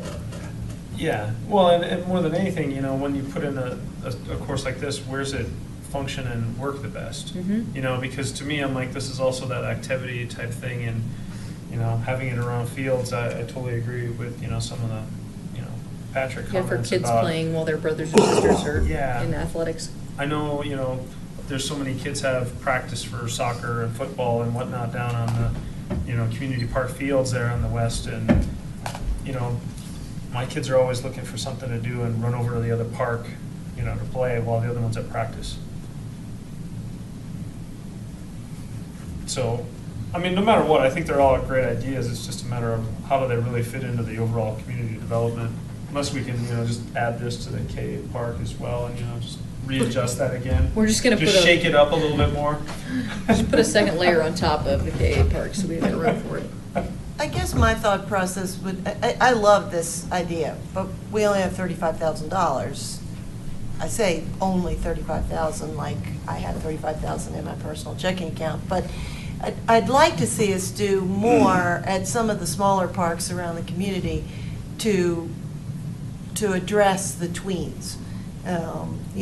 Whatever it happens to be, those smaller parks, Pirate Park, Castle Park, they're really only for little kids. Mm-hmm. And so, as much as I love this idea, I'd really like to see us spend our resources on these smaller parks so that our other folks in the community use those parks and not just little kids. So, I would be more inclined to say the basketball courts, if we could put them in, I don't know what a basketball court costs, the small ones, the half courts. 15,000. I would think if the Okay, I if get a two. basketball court's Well, 50,000, then you Is could it like probably 50? right. Again, I think it depends on where you put it. If we have It's all to, flat. I mean, not a full concrete. bas, I'm talking about the little half. Well, yeah. courts. I'm So not if we talking did about- just yeah. the hoop with, I mean, you'd Or probably the be talking concrete pad. Yeah, I mean, I'm closer. talking about a hoop and a concrete pad the kids can go out and shoot balls. But we talk, I mean, those 60 to, those shade structures were like, what was the shade? 6,000. they were 6, and then And that was a small pad. And, that was a 12 by 12 pad, yeah. So, I mean, 30 to 40, depending on how big of a concrete pad we wanted. So Sandy, I agree with you, but maybe the answer is that we do something like this year and think about something we can do for the tweens in a different part of town next year. I think we're gonna continue to get, hopefully, budget to be able to make improvements over time. So I don't know that we necessarily have to constrain ourselves to doing smaller things in multiple different parks each year. I mean, maybe this is a big initiative we do this year in one park. Except we don't have the budget to do a big initiative. And That's the problem. How much do you think this costs? $100,000? A couple $100,000. I think the conversation we got with the Play 60 guys was north of 150 installed. Is there the potential for us to get a Play 60 grant? We could always apply, yeah. Yeah. But you won't get it this year. No, but if we can do your Put it in the basketball court this process. year, Mhm. and we could start that process this year. Yeah. Well, so I mean, we're going to be talking in a very, not tonight, but within the next, couple months, the budget for next year. So maybe we talk about this as the item Sure. for next year, when we have a little bit more time to process it and Yeah, look 'cause then at we'll be more the honed in on grants what we and want. everything. I think that's fine. But yeah, I think this is a great idea, but we're challenged by the budget, I believe. But if we know then this is what we want for next year, we can start the grant application process, we can budget for it next year, et cetera. And also find a location. Mhm. Yeah, I it think gives as us part time. of it gives us time to As measure opposed to, things. that looks like a good spot. Exactly. Yeah, and I think too, kind of just briefly looking ahead in the budget, the big items that we have next year are really the $250,000 to potentially do upgrade on the existing El Dorado K8 sports field. So separate from the new school parcel park, we have the 250 in the budget to upgrade their field. And really, I think that's kind of about it in terms of what this group had been involved with. So we can always ask the board for budget money out of the general fund and have it be a capital project like we've done in the past, or a combination of both, saying, is there a way to use general fund and a little bit of conservation trust funds? So, Because through what year is the school parcel park siphoning the CTF dollars? this year and next, I believe. Okay. So we won't return to that 100,000 kind of 120. until 2018. Yep, yep. Okay. And that may change, but that's kind of how it currently sits in the budget. Yeah. So next year, we're going to address the football/baseball kind of overlap. Right. Okay. Yep. And that's in the projected budget now. And then, when we go through the budget process and you guys make your recommendations, we can either emphasize it, or if you get, if there's another priority you want to address, that would be the time to do it. So we're back in the same dilemma we were last year. We need something that costs between $25,000 and $30,000 that we can put in this year. Yeah. So I mean, something a piece Simply like put. the boogie board really has no question that we could do that. Sure. In the budget.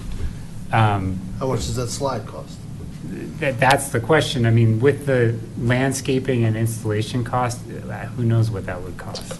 Yeah. It might be north of 35,000. I think if you guys have some items that we want to narrow it down to, and I can go out to a vendor and start to put all that together, because there's such a big difference between just the cost to buy it and then the cost to install it, depending on location and how far we have to, Because I'm sure you I think on could those get- shade structures, we were good to go until they told us we had to drill down 25 feet, and I was like, oh, well, there goes that. I'm sure the slide itself would probably be like less than 5,000, but you're talking about potentially having, if you have to then irrigate that slope, I mean, that right there would be a much bigger cost. Do you because- have to? I mean, the one on the left is like. Well, that's the nearest, question of whether or not you have to. But that's what I guess Patrick would need to look at.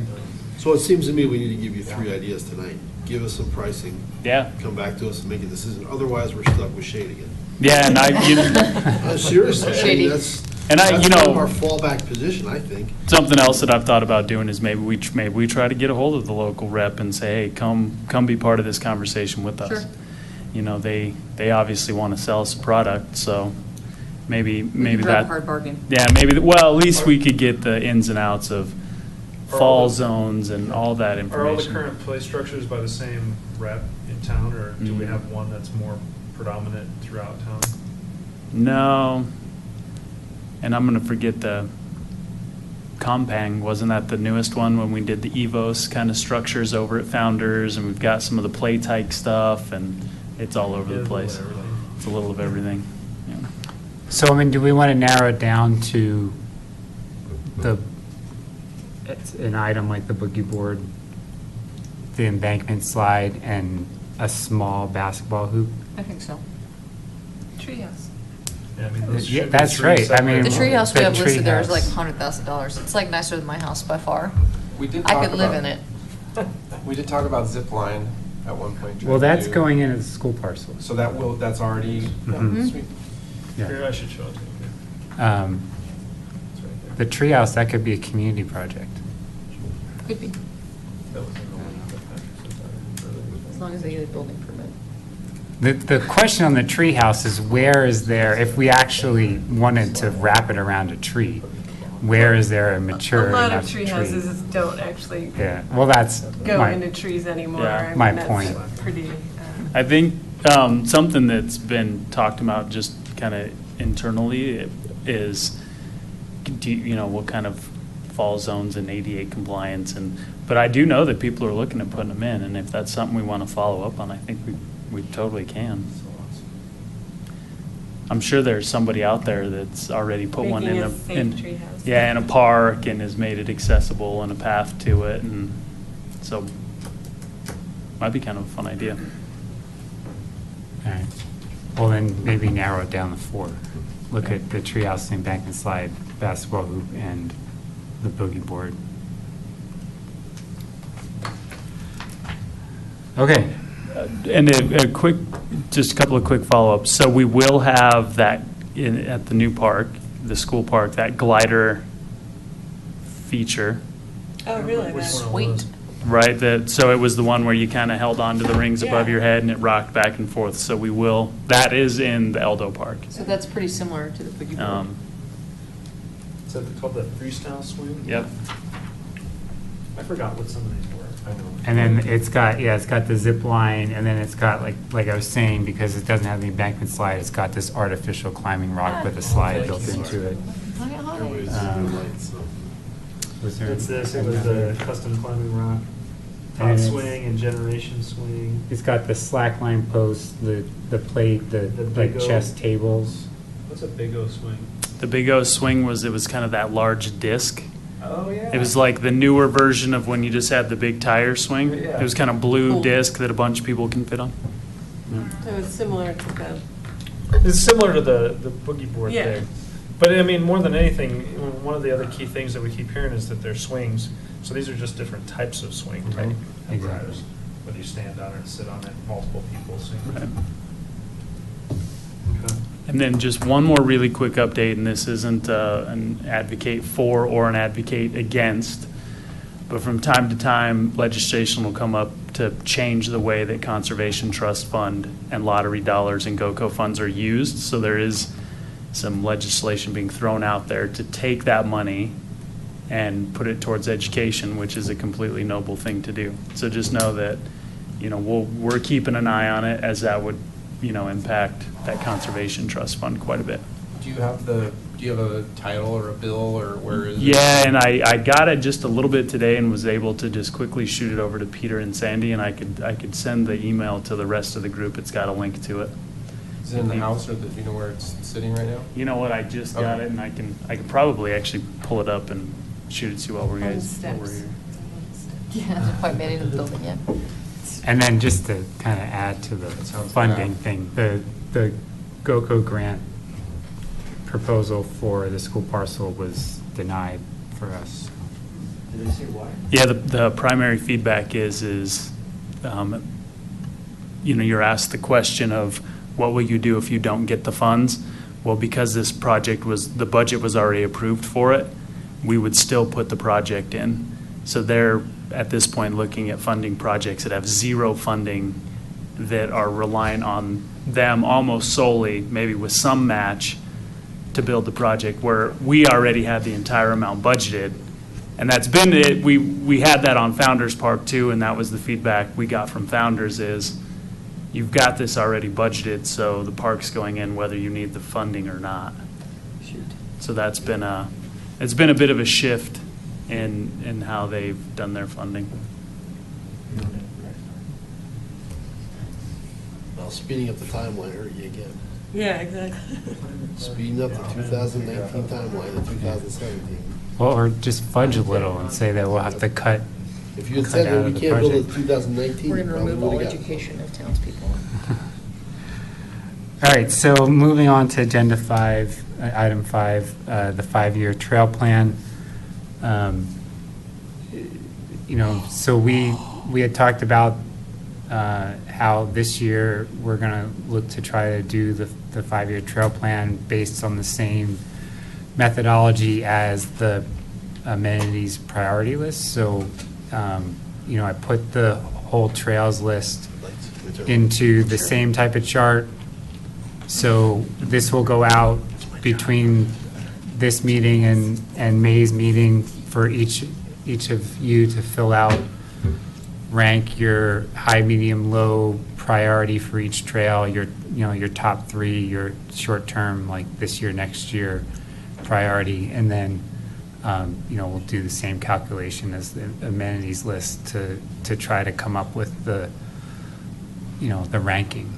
Have you identified the ones that were going to be part of the along McCaslin that we put out with OSAC for the 7, I think it was 7 trails that we were looking at? We had a bunch of them. Oh, well, upgraded they're trails along they're the- still all on here.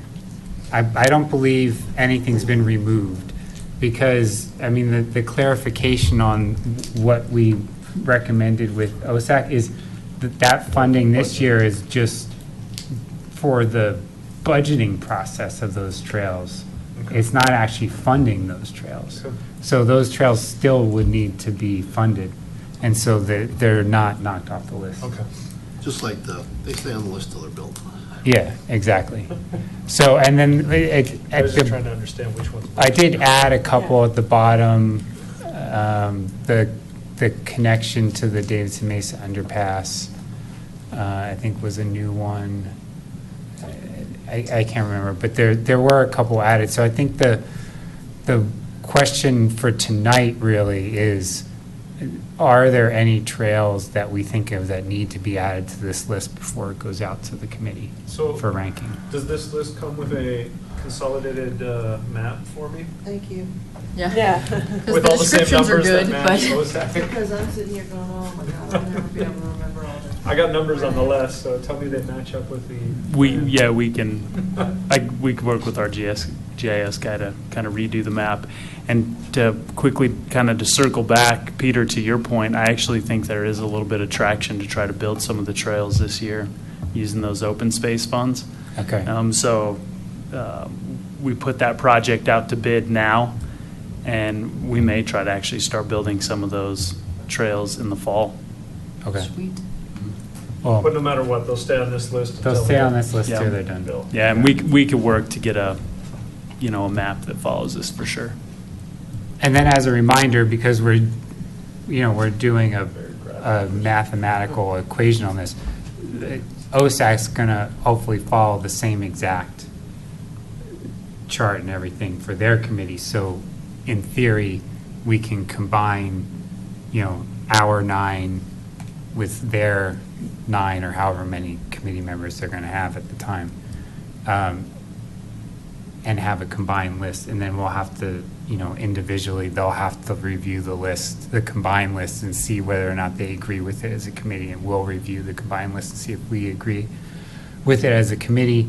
And if we do, then we can then send one list to the board rather than a PROSTAC list and an OSAC list. So, Well, I thought that's what the board was looking for, was a consolidated yeah, that's what they're map looking and for. list. So that's what we're trying We all to got do. confused last time. Yeah, we're trying to get to that, and hopefully this is the way that we'll get Our there. trail number 9, their trail number 7. So, Patrick, can you scroll so we can see the bottom of the list? Because I think if I added, it was at the bottom of this. All right, so I added town center trail connections, which is kind of vague, because Until they get as we've developed. said, we don't really know. But that's just kind of that's a new addition to make sure that that's on everyone's radar as whether it's a priority. Remind or us what FRICO stands for? Or FRICO, that's FRICO? the ditch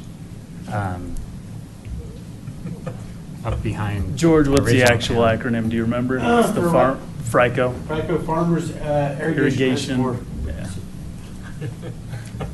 That's why I asked.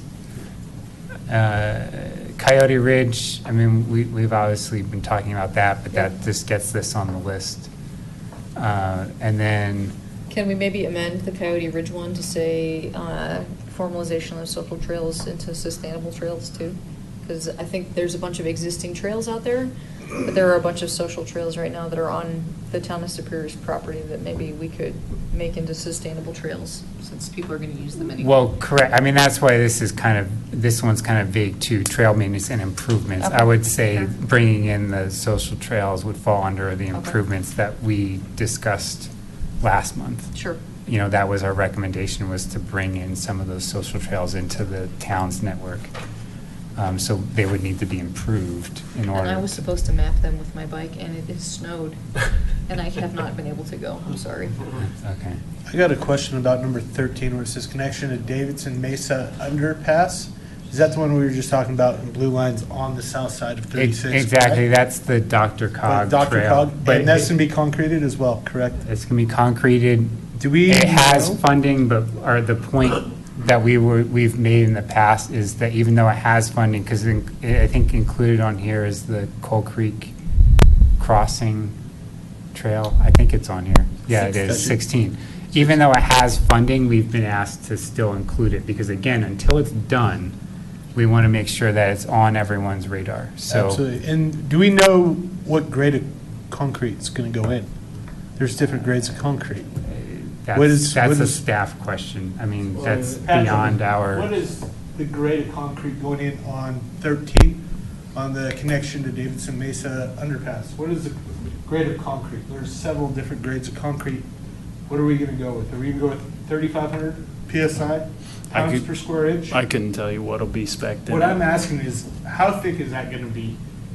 And is it going to be able to be held up for maintenance vehicles for plowing? Yeah, I mean, my we assumption talking it'll be, 6 you know, the inches thick? six. We talking 4 inches thick? So 6 inches is the, 6 They inches is the town's kind of standard requirement, 8 feet wide, Try to match the bikeway. to make sure that we can Have it play in. it. I mean, they have the underpass in and that Of course. connection and Yeah. what we just talked about behind Old Chicago and Briggs Plaza. Right, That would be the same spec. I'm assuming. which is 6 inches, 8 foot wide. Yeah, But I don't know, pounds per square I'd inch. have to look at what it was spec'd as. Different quality Yeah. of concrete. 3/4 inch rock, 1/2 inch rock, I mean, that's what you gotta I look did see into. him plowing the bikeway after the storm. and I saw him just like too, with a little, yeah. like a Yeah, I saw the Wildcat thing get type. stuck. Did he go off the bike? Well, it's just something to be looking How for it and How look you know into. where it is? Yeah, hopefully You know? it'll match the specs. Absolutely, I absolutely have to make sure we're getting what we're paying for. And then the last trail is, if you remember last year, we briefly discussed the trail that currently runs, you know, on the south end of Autry Park between like the mall property and Rock Creek Parkway, turning that into a paved trail so that we had kind of bikeway access from there. It's just adding it to the list since it's been discussed. I mean, we shot it down at the time, but it's just adding it to the Because list. it's an existing trail. It's an But the fact existing is that trail it's a- that's soft surface. If it were turned to concrete, it would be better for road bikes to Right. be able to get Right. And that from that Rock the Creek to concern. the bikeway. So, if anyone, I mean, can anyone think of any other trails? So Daryl, you had said about a bike lane on like Coal Creek Drive, and I don't know that it's really a trail though. It's a good idea.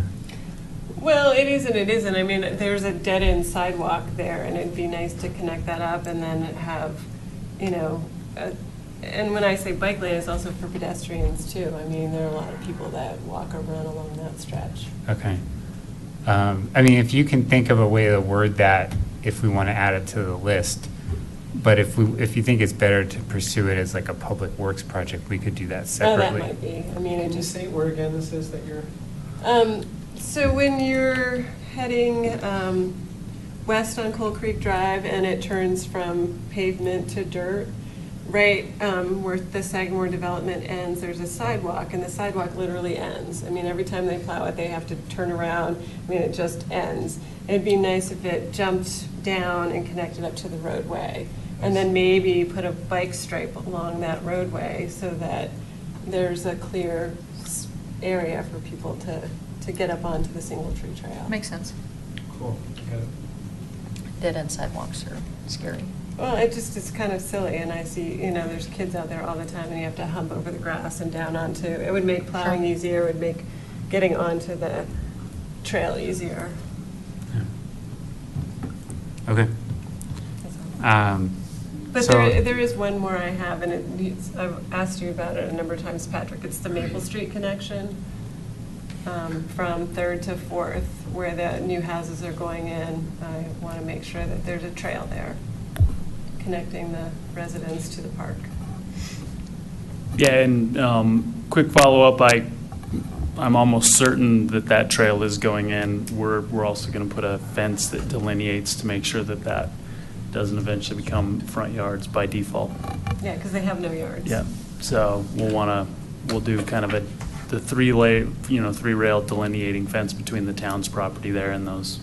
I mean, we just keep talking about making sure trails get on there. So Yeah, wanna so I mean, make sure if that- if you think we should add it to the list, even though it's planned to go in,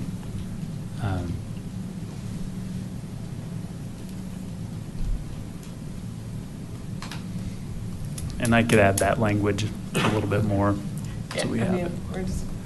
so yeah, Patrick, if you could get a map to link up numerically with this list, then I'll wait to send this out until we have a matching map.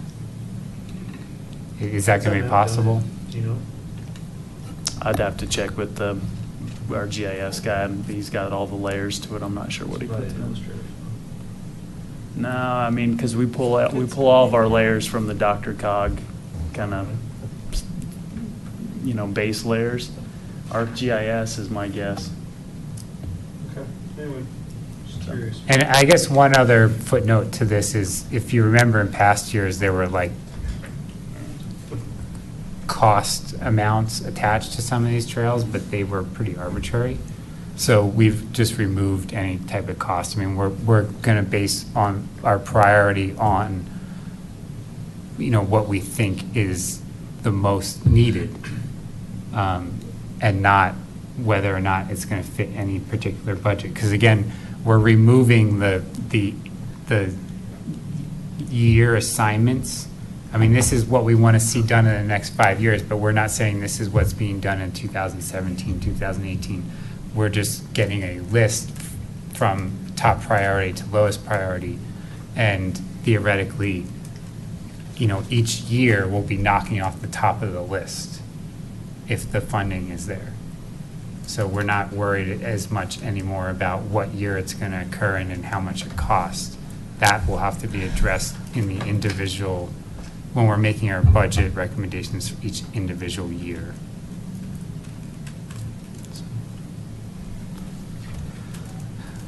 All right, moving on to item number 6, the Rocky Mountain Greenway Trail. You know, obviously we heard all the, we heard Trustee Pennington last month make her public comment regarding, you know, her viewpoint. We heard the people tonight with their viewpoint. I mean, all those have to do with, you know, the contamination of the Rocky Flats site. But, you know, I see it as a little differently because, you know, there's the concern over the contamination, but I think there's just a concern over the fact that, well, this trail doesn't connect the town in any way. It doesn't connect to the town in any way. It doesn't connect to a town trail in any way. It connects through some county, it will connect through some county trails. But I just see a hard time for this committee to recommend funding for this, because what really is the benefit to the town? There's some benefit to the region, sure, but again, I would see that funding should come from the county of Boulder, not from our small municipality. That's just my opinion. At one point, there was discussion within PROSTAC and the town about having the trail with what's the trailhead by the roundabout? Colton Trailhead? Trailhead, so having a trail that would go up to 128 that would eventually connect to. Yeah, Number 6. and that would be, I actually said this to Patrick, that would be, I think our only interest is if we could leverage that trail happening. If to get the county to move on doing that trail, then we could support this trail. Well, but there is opposition by some board members, me being one of them, that if we endorse that trail and put it up there, that could connect to that trail to Rocky Flats, then we're endorsing Rocky Flats. Well, again, that's a step. Yeah, so I'm looking at it as if we remove Rocky Flats from the equation, but obviously we can't do that. So then you have the argument of, do we even support it because of Rocky Flats? Is there alternative routing that has been proposed that we could avoid going through Rocky Flats? Yeah, what's the across from Rocky Flats? All right, so I'll do my best to kind of summarize what the town board is going to consider on Monday night, and then I'll do my best to just try to give you or explain to you the information that has been explained to me, because obviously I'm not taking a stance one way or another. That's really between the committees and the board. So for the project to receive the $5.8 million grant, it needs to connect through the site. Okay, there are alignments, or there were alignments that were proposed to go around the site, you know, up Indiana or on the Westminster side, that ran through private property, that they would have to purchase the private property and do some of that. So I think there's a couple of things that the board is probably going to be asked to look at. One, does the town want to contribute to this, matching funds to this grant? in the tune of, $75,000 to over $100,000. That's probably one issue that the group may want to talk about, as Peter chimed in. And then this other issue is, does the committee and ultimately do the board support the trail in general? But there have been alternative paths around it. But I believe once you remove it outside of the site, you don't qualify for that. I believe it's $5.8 million grant From the government? from the government. To me, it's not worth the $5.8 million at this point. Me either. Yeah. Let's let sleeping dogs lie. I mean, I'm as big of a mountain biker as there is in the entire world, and I don't see the purpose of the trail going through Rocky Flats. Is the board asking for our opinion on it? Yep. OSAC as well. Well, yeah, and so if you're not familiar, so OSAC, they heard the same group of people in public comment last week, and they passed the motion that said that they can't support this trail. Did they say that if it did not go through Rocky Flats that they would reconsider? I can't remember if that was part of their motion. Give me 1 second. I'll pull it right up. Because I am fully in support of there being a Rocky Mountain Greenway Trail, just not through Rocky Flats. Well, and I would take it further and say I fully support there being a Rocky Mountain Greenway Trail, not the Rocky Flats, but I still don't see how we can justify the town of Superior spending money on it, because it doesn't directly connect to or through our town. And so, and we're such a small municipality in the county of Boulder. I mean, why are we being asked? It should be Boulder County Open Space. Yeah, it should be Boulder County, City of Boulder. I mean, the larger entities in town should be the one, or in the region should be the ones asking to fund this, not us. I think the reason why they're asking us is because you got to look at the town of Superior boundary lines where it lies on 128 to the top of the I national wind understand the sand. proximity. That's what you got to look at. No, I That's what they understand came the to us for. proximity, but that doesn't mean that there's a benefit. I would argue that the town spending money on the Davidson Mesa underpass was unnecessary as well. Because what real benefit? Yes, the proximity to our town is there, but it doesn't actually touch our town. It doesn't give any great benefit to our town. Actually, we've already used it to go to Boulder many times. So Have you? It actually does. But how is that any different than just using the pedestrian bridge? You can't ride your bike over the pedestrian bridge. You have to to get go on up your without bike. the elevator. Well, no, not to ride go your up bike, but over. you still have an access point. No, but I agree with Daryl's point, though. If you're going to go for a bike ride, you want to go for a bike ride. You don't want to go for a walk up some stairs or take an elevator. Right. I think the point at hand is, do we want to vote for the town to spend money on this? Simple as that. Yeah. Yeah, I don't want it to go through there. I don't know. All right, so the OSAC recommendation that was made the other evening is OSAC recommends that the town board elect not to participate in any federal land access program grant unless Rocky Mountain Greenway Trail is rerouted outside the perimeter of Rocky Flats National Wildlife Refuge. Further, the potential adverse health impacts associated with the dangerous elements found at the Rocky Flats site, OSAC believes it is in the town's best interest to work to ensure that the trail does not enter the Rocky Flats National Wildlife Refuge. Peter, it does actually connect to the town of Superior a ways away. Well, but through a county trail, it's not through a town trail. Yeah. Right, but it does connect through the Colton Trail. Right. Yeah. Which is why I'm still in support of there being a trail, just not the location of that trail. Because it'd be great to be able to connect to the rest of the region through that trail. I think, just in further discussion, but I would probably be in support of something like this if it came on the outside of the refuge. Yeah. I'm fine with either direction on the outside. Doesn't matter to me. Just should not run through the middle of that parcel. Because that would be an amazing ride from the Colton Trailhead out, then out to the Arsenal and all Yeah. that would be pretty fun. So, I've seen there's like some other maps here that I'm looking at that the trail doesn't go through Rocky Flats. Did something happen to introduce this? They're saying Yeah, they the just changed grant, it in the the last- $5.8 million. And why the desire to throw down the 5.8 million on that? What's the? My guess is probably linking the two Superfund sites together since they're governmental sites. It just makes it appealing to the governmental entity to contribute. Not worth the money. Can we just reiterate what OSAC said? On a separate subject, but it's very similar to this. You have an idea where Jefferson Parkway is at?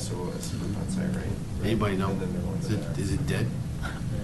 If we build this trail, will it make it dead? No, the point being is if they're building the Jefferson Parkway, why are they forcing a path through Rocky Flats when they can just attach it to that? In a similar fashion that they did the US 36 trail. That's what I'm saying. Yeah. I don't think it's even close to being even moved on. I think it's still in early discussion stages. I haven't heard anything recently saying that it's dead. I haven't heard anything recently saying that it's going on. Yeah, I haven't either. I mean, they don't have any roadblocks at this point. It's just a matter of whether or not they're going to move forward.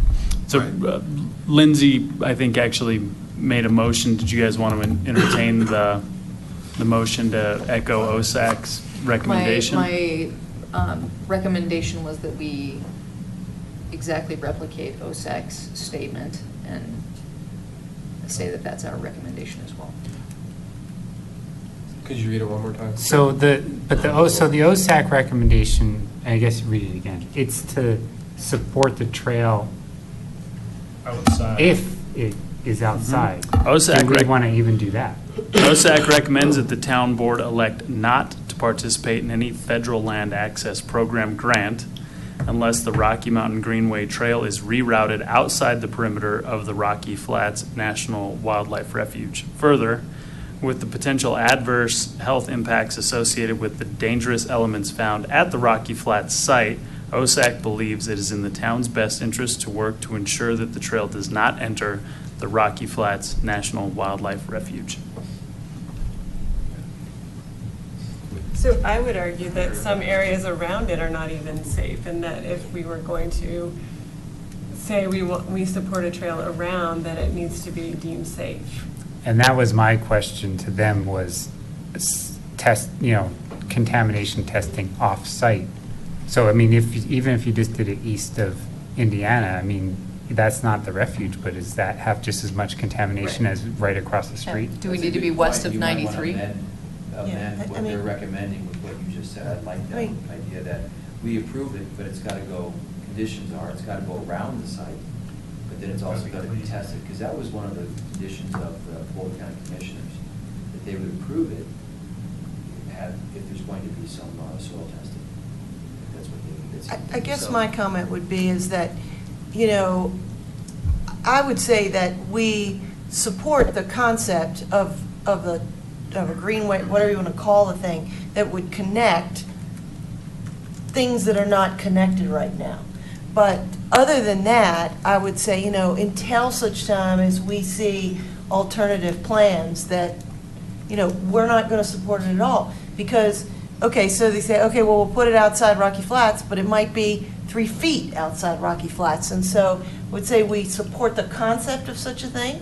But other than that, until we see plans that we feel are safe, that we don't support it. I don't want to. I feel like theirs says, oh yeah, go ahead, as long as it's not within that perimeter. But I like Trustee Hansen's idea, though, of making the recommendation that we support if it's outside, but as long as there are safe soil tests. Because then at least you have some comfort level that wherever it is that you're routing the trail is, it should be like an objective third party, of course, that's doing the soil testing. That's right. But, and then the conversation I had with that group just a bit ago, they were saying that you can test the soils at a certain time, but in 3 years, because it migrates, the soils could actually be contaminated. So it's kind of a smoking gun there. You got to watch that. So I agree with Sandy Hamlin as well, that how do you know? Yeah, I mean, I would say we support the concept of connecting, but, you know, other than that, I would not be, I would vote against anything that's, says, yeah, if it's outside or something like that. We support the concept, but at this point, we do not want to in any way financially and contribute. just to be, Because I don't. Sure supports it if it's outside the perimeter, and she's been involved in this for a long time.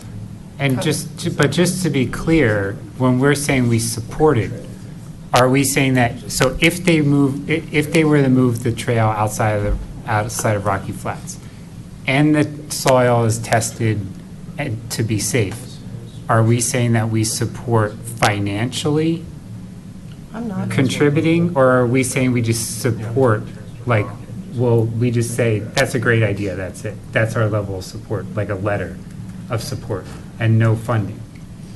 At this point, until I knew where they were going to put it, my statement would be, we support a concept of connecting those two unconnected areas. But other than that, I would say, no money. Because what we're specifically being asked on is the financial contribution. And so I think either way, we're saying no to that piece of it.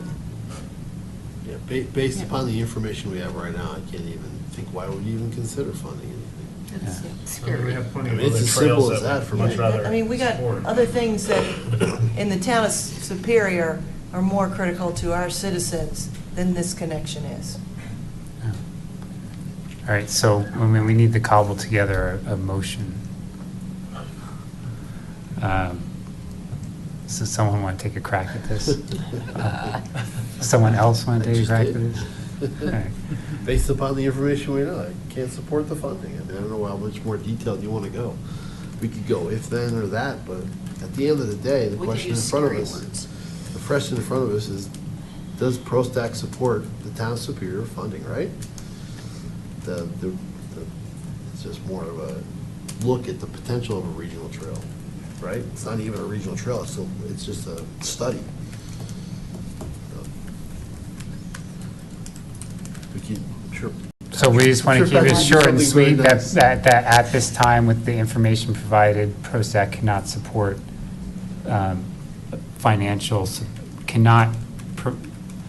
PROSTAC cannot recommend financial support of the Rocky Mountain Greenway Trail?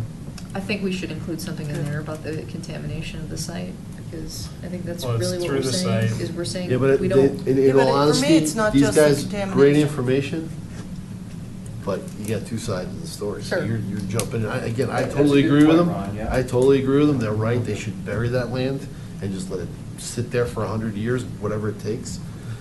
But the fact of the matter is, you have another group of people out there saying it's perfectly safe. Hell, they just built how many homes out there? Downwind from it. So, I mean, that's my only concern when you start throwing in, I like to stick with the simple stuff. I mean, I guess the piece for me is if we were to put this, yes, we commit to this 75,000, we basically just threw out all of our other trail recommendations that are out there.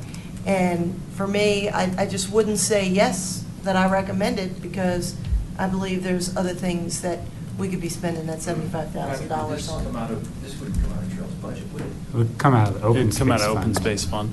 Yeah. I mean, My guess is it would come out of open Oh, space fund. that's a legitimate expense too. Yeah. So this wouldn't impact your trail decisions? But it's one big pool of money at the end well, of the day. it's a big pool of money that if somebody Could be asked spent on me, something else, you yeah. know, would you want to spend $75,000 on this, or would you want to spend it on something else? This Yeah. would not be high on my list of things to spend $75,000. I wouldn't recommend the town do I it. mean, and to me, the trail's so far outside of the immediate trails that we're looking at recommending right now, right up and down McCaslin, they're gonna have much more impact on the community. Yeah. Yep. That would And, be nice. and, you know, yes, there is the Colton Trail would connect into this, but the Colton Trail is a county trail. So that would make me further say the county should be forking over this money, not the town of Superior. And What's the county's share of this bill? Do we know? See if I've got it here.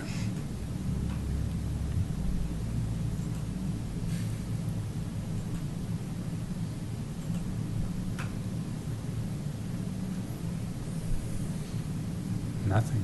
So again, there was Oh, some no. variance based upon the type of connecting point, whether it's a Which- bridge under or over. Is it Are we site looking at 2 yellow? or?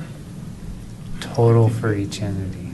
So again, this is if you're, so something we haven't discussed in details, there's 2 proposed crossing sites. So they're asking for as Site much 1 with from the Indiana 60 as they are overpass from the or county. site 2. I just don't understand how that makes any sense. The county has way more funding than the town of Well, I Superior think we all does. agree. I mean, can we make a motion, make a Yeah, vote? and- so kind of going off of what I think I heard Ron state, and keeping it just kind of on the simple side, is based upon the current information provided, the members of PROSTAC do not support the town participating in the FLAP grant, do not support a trail crossing through the Rocky Flats site. I think that's fair. All right, so do we have a second on Ron's motion? Here, I've had just a quick request to read again. Based upon the current information provided, the members of PROSTAC do not support the town participating in the FLAP grant and do not support trail crossing through the Rocky Flats site. All right, so second on that motion? I'll second. Or was that Well, one? that's You Ron. first did it. That was your motion in general. Can I ask a question first, though? Because I heard a couple different things here. I heard that you don't really support it, whether it's through it or around it. And I think that At this point, no. Is that the consensus of the entire group? No, because I support it if it goes around it. Okay, okay. Because that's a big difference. If you just I agree, plain out so- don't support it at all, then that's a big difference. So I think the way Patrick wrote it encompasses our beliefs correctly. Good. I agree. All right, so Ron's Sandy Ron's seconded the first. motion. She already did. Sandy I already second. did. Discussion. All right, all in favor? Opposed? All right, motion passes unanimously. Okay, so final piece of business, we've added to our work plan for this year, review of the recreation facility usage fees. You know, we had, originally, we had really brought this up because of the Flyers and their usage of the North Pool, but we decided that we wanted to kind of review the entire town's usage fees, so that would be the pools and the fields. So what we need to decide is just how do we want to review this? I mean, do we want, I don't think we need to have public engagement on this, but I mean, do we want to just have maybe a member, a couple members of the committee work with staff to find out what the fees are at other municipalities in the region, to compare those to what our fees are? Is that our first step? I mean, any other ideas? Before next month? Is that the plan? I mean, this should be done, it's not going to change anything for this summer, I don't think. So, I mean, we probably do want to do it by June, but it's not something like it's going to change the Flyers fees for the summer or anything like that. It would be changes for next year, recommendations to the board for fees for next year.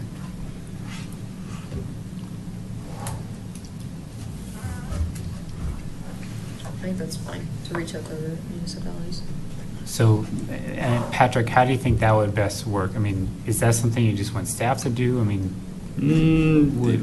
It depends. So we have a maybe another 1 month window before we're already busier than we can handle.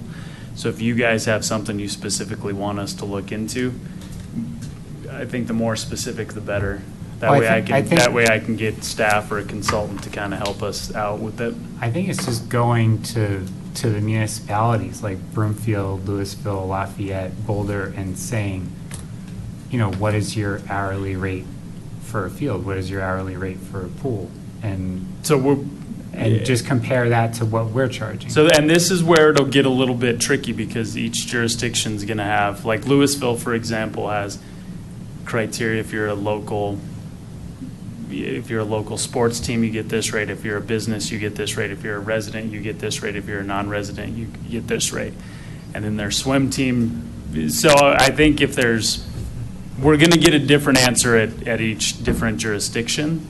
So if there's some really specifics, do we want to look at? I guess we're looking at teams mostly. Team, okay. Like what the cost would be for, like, say, well, Broomfield Soccer is probably a bad example because they probably have a completely different agreement with the city of Broomfield. But No, they actually have their agreement is very similar to what anybody else who would try and access the fields. I would say we're most concerned about what teams, like what large groups with regular usage, what kind of rate they're getting. Not like if I wanted to hold my corporate event on a field, what that would cost. I think we're looking at what would the cost be for teams, right? Right. Well, when we say recreation facilities, singular basis. When we say recreation facilities, are we talking like all fields or just the north and south pools? Because it's specifically stating pools here. Are we talking including the pools? But yes, we're talking about all.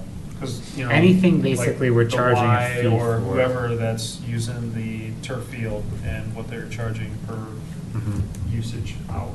Exactly. Should we focus on the pools? Just throwing it out there. Well, that was the genesis for this whole thing, but I think the overall, the final decision was we kind of wanted to look at the fields as well as the pools. But I understand that. I'm just saying start with the pool. I'm just throwing it out there. Discussion point, not a. If we had to narrow it down, but we didn't want to pick on just the Flyers. We wanted to be fair and say, well, what is rugby being charged? What is the YMCA being charged? What is Monarch Little League being charged? What are all those organizations being charged?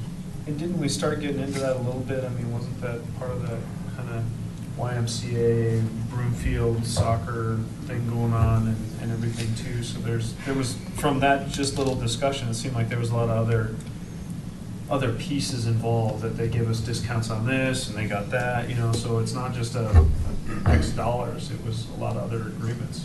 Well, but that was programming. Their programming agreements with the town. But the Flyers is somewhat of a programming too, I mean. With No, because they're an independent entity that's doing it, so. So we were, so The question is if the they're big paying. difference is we were paying the YMCA, the 38,000 a year, and at one point it was 55,000 a year, to come and provide a program. And then we were basically having to give them the fields, and only a certain percentage of our residents were actually participating, where the other groups actually pay us to use the facilities. So they were kind of the outlier. And where we are now is we've kind of got a per player fee because it became unmanageable for our staff to try to track things by the hour. And just saying, well, we'll charge you hourly for this or hourly for that. It just wasn't manageable. So, except for practice time on the big field. Even now, yeah, we can't manage it. There's way too many groups and way too many diverse schedules for rain days, snow days. Sure. So if a team has a field scheduled for a snow day and the fields are closed, do they have to then pay for that? Is that, no? So we just get a per player fee. So perfect example, rugby and the Flyers. So we get, $10 or $12 or whatever it is per player that's signed up. $12.50 per player. But that's for pretty much unlimited usage. I mean, as negotiated with. Well, the town, right? so we, for the most part, have what we refer to as a block schedule, right? So we know that certain activities are going to take place at certain times of year. So in the fall, we generally know that football is going to need X amount of time. Williams Field, Monday through Thursdays, all day Saturdays. We generally know what rugby needs during their seasons. We generally know what baseball is going to need. So the groups that we have relationships with are Monarch Little League Baseball, what's now Monarch Football, Superior Rugby, and the YMCA, still per the board's request. Now, the odd man out is Broomfield Soccer. Broomfield Soccer would have liked to bring their program over, but we're just not there. So we balance between the two baseball fields in Williams Field, all those groups, and then we have a whole other set of groups that we don't have formal relationships with. They're not primarily made up of kids in town or adults in town, that then if anything opens up, they have people in their organization that just call us every day. Like, it's clockwork. So like there seems to be like some type of collegiate baseball or something that that plays CU over. baseball will. So are they just paying an hourly fee? I mean, they're not paying like a. Now they pay an hourly fee that's much higher than what a resident fee would be. You know, they're paying us like $45 an hour. So we need to somehow differentiate about whether other municipalities have similar agreements. Do they have these kind of per player agreements with organizations, or is everything per hour? Yeah, well, we could probably track that down. We moved to the per player because it's fairly consistent with other jurisdictions. Now, what you'll see a lot of places do is they'll say, hey, we'll give you the per player fee during the week for practices, but if you want to run games all day Saturday, then you need to pay us a separate rate for all day Saturday.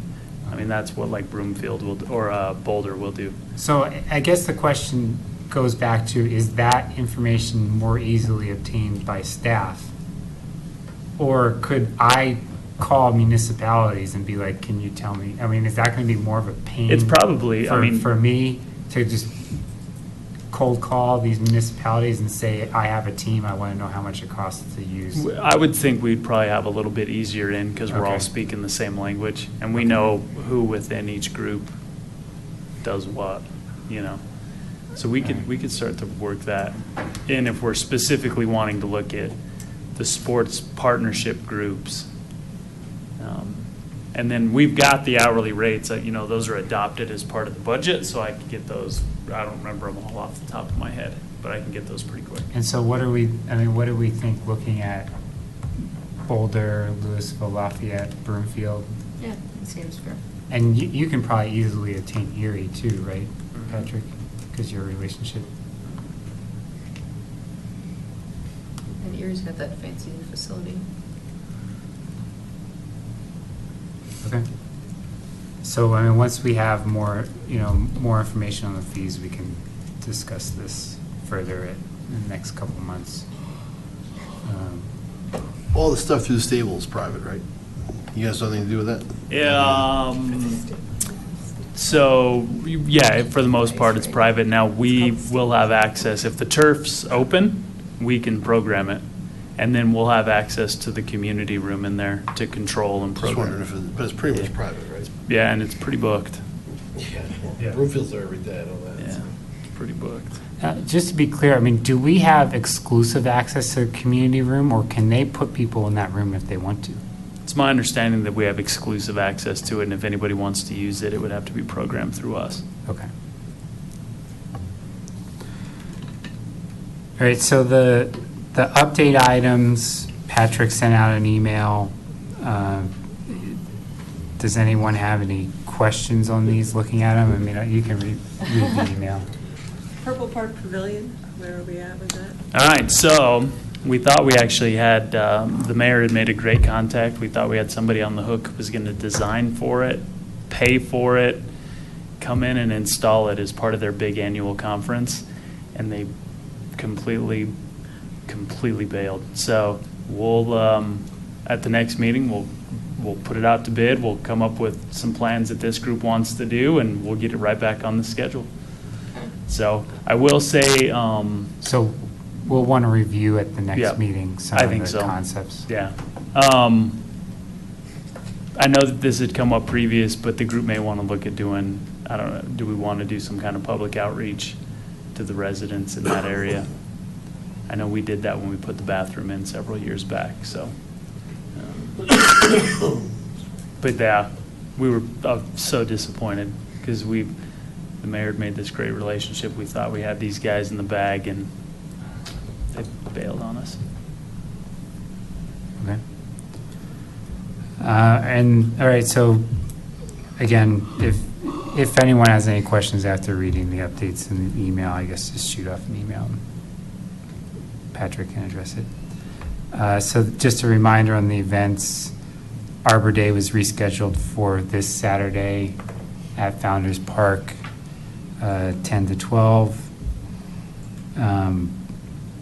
Not on here is the committee open house is next Thursday. Next Thursday. At 6 o'clock here, I believe.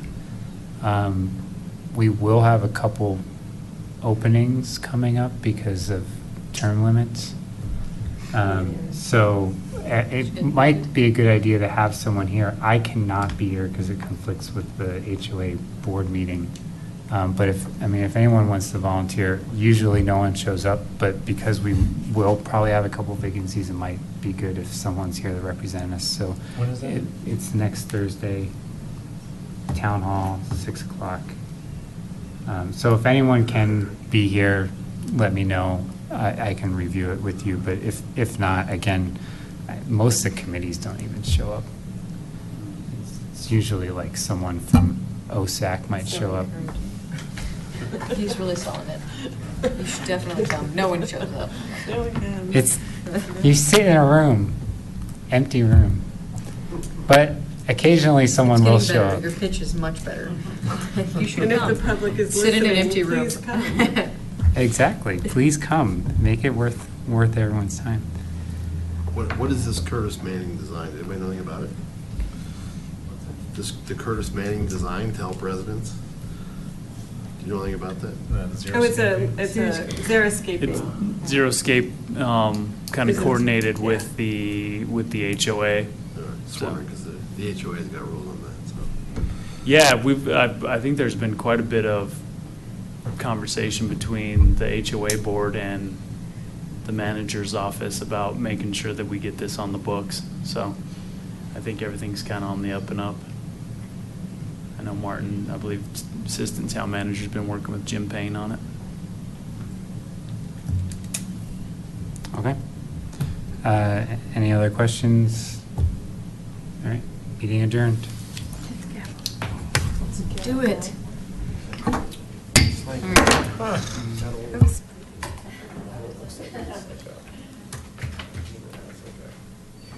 Some perks for sitting up there. Oh, I know what they are. Yeah, it's like a weight, but it's like a handle.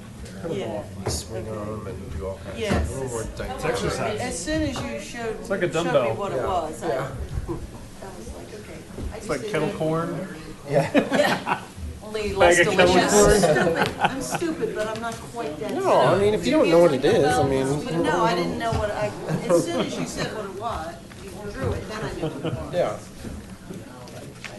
You should not lick a I kettlebell, had though. no idea It's what not as it good as was. kettlebell. I couldn't lift one because of my back.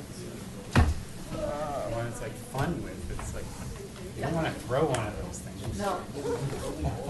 They're heavy, that's for sure. I just couldn't picture what it was in my mind at all. But then once you drew it, I knew exactly what it was. Thanks, guys. Good night. Did you see those fields yet, Sandy? See what? Did you field the Bolt Broomfield? No, I was coming down the road the other day and I was like, oh, I gotta go by and see the new fields. And then something distracted me. I knew it was gonna be all turf. Yeah, I mean, last time I talked to Greg Stokes, he said it was gonna be all turf, and I was like, oh, it'll probably like I collapse. was just thinking that. I was like, I have to look. Is it? Yeah, I mean, I'm sure it will. So Now, May, June, you know, they May, didn't, June. I mean, obviously I've been gone from Broomfield for a while now, but they didn't used to let us use the turf fields in the winter time. Will they are they gonna let? Yeah. Yeah, well, I knew the football, and because I knew the football field was coming up too, so. driving back and forth, check cabs. How's the stuff going on over at the sports ranch? Yeah, sports stable, sorry. Yeah, I mean, you guys, I was gonna say the contract, we didn't have it in the spring. We only had it, I mean, in the summertime. We only had it. I don't know. It stopped like the end of March. For a while, they were talking about people who apply before the future. Yeah, I know, a friend of mine wrote me the other day. Put back on the list for next time, and there was something rather than Jack, they were actually applied. I'm not sure what the people were going to decide on. I don't know if they were going to keep people in line or not. I mean, I think if you're interested, you already applied. Yes. I was gonna say, I mean, I went over there, we had. She was sitting next to me. The north end, and I was just like, yeah, everything's okay. Yeah, inside, yeah, living there and all Yeah, I mean, It's free side access. I mean, now that's. And the turnstile isn't in there, still you gotta kind of use back in there. Yeah, so, pretty much. I forgot your, because of migraine. Meyer and I are so blind. That's funny you guys get excited about it. Oh, you gotta go. Are you kidding? Oh, great, okay. And then we met with, Actually, I had a big couple more reps. An unexcused. So I was gonna have a deal, like, so I wanted to make sure I'm buttoned up. So I would be able to see, so I catch up on the. Seriously? Not. You said, Yeah, so, you know what I'm thinking? Matt, I was gonna text Matt, I don't know if he's having these parties in the mornings. If not, If I say, I don't get where you are. I definitely had one of those. And I admitted it. Did you know where you were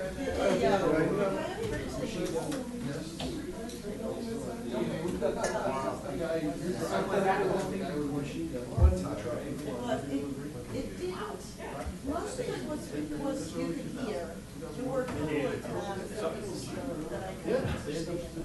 But, I mean, I was sitting doing other things. Well, no, There was never a point where. I Although think I just. I'm not sure, I mean, I don't know obviously if there are any. Let the nature grow and leave it. Middle school next year? No, I have middle school. I have another question. For 24,000 Yeah, north ride side the bike lane. That's what I wanted to do. Yeah, little, Well, when they built it, they were like, yeah, they're seeing it, so it takes the bike away. He takes the bike lane. Are we still gonna try and There's do South that Olympic here? Trail. Still? And So, working with, you can go past the fairground. Oh, I know where it goes, right there. Come down the little stretch and then you turn left. Yeah. those conversations. I'm trying to give all these guys a headache.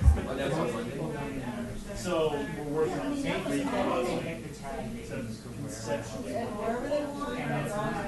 What it actually, yeah, those environments. Including a combination of like. Yeah, because I went and looked at like the whole. No, I'm just curious. Yeah, we'll see, man. I know what that is. Are you working with them?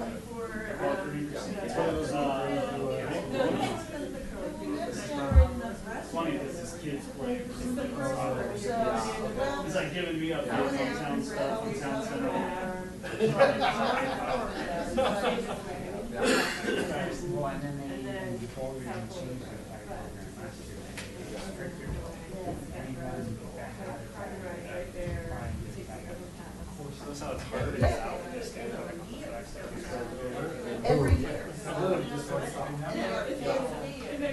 You guys are the best, but I'm gonna either teach one, you can set the alarm, or I'm taking you guys out. Man, you're just missing out. They got 2 meetings left, they just want to hang. Feel the love, there is precedence. You still have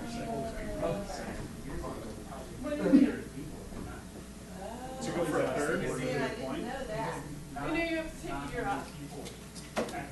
All I want to know is what file I can I'm a very graphic guy, if you haven't noticed. I just, describe a line more. The freaking math that I can figure it out. Well, that's the thing, I'm like, it's already built a lot of this. You know, so I think that's where, but this is like great. But Chad, for sure. Interesting time, Chad. See, that was my fire. Yeah. Green looking hillside right here. Here's the old fire. I told him. Yeah, I know, the original. Funny thing is, I noticed that from old up. Oh, okay. And they used to. Maybe I'll keep that. What do we have? You know, I do think we had talked about it because we had significant vandalism. And so I think that we had talked about having somebody come in and, you know, what can we do to create awareness? Well, he said not to somebody. Oh. Okay. I know that I was with him. Yeah. Not a vice president. So he said, gives you his car. Okay. That's his sign. Okay. Okay. Okay. Okay. Perfect. Yeah. After 2 years design. Yeah. You guys are Ranger. Yeah, it was. What do you guys? Yes, it was. Contractor had already done it. I remember that. Around. That was a big deal. But he was a renter. Pricing. He was a renter. We blame it on him with the. Pricing's Yeah, wonky right now, man. All right, That's see you guys. awesome. Well, I just want to know what you Well, no, I think it was something like a discount. Yeah. Yeah. So I'm alive still. So we should chat. Well, we can chat. So.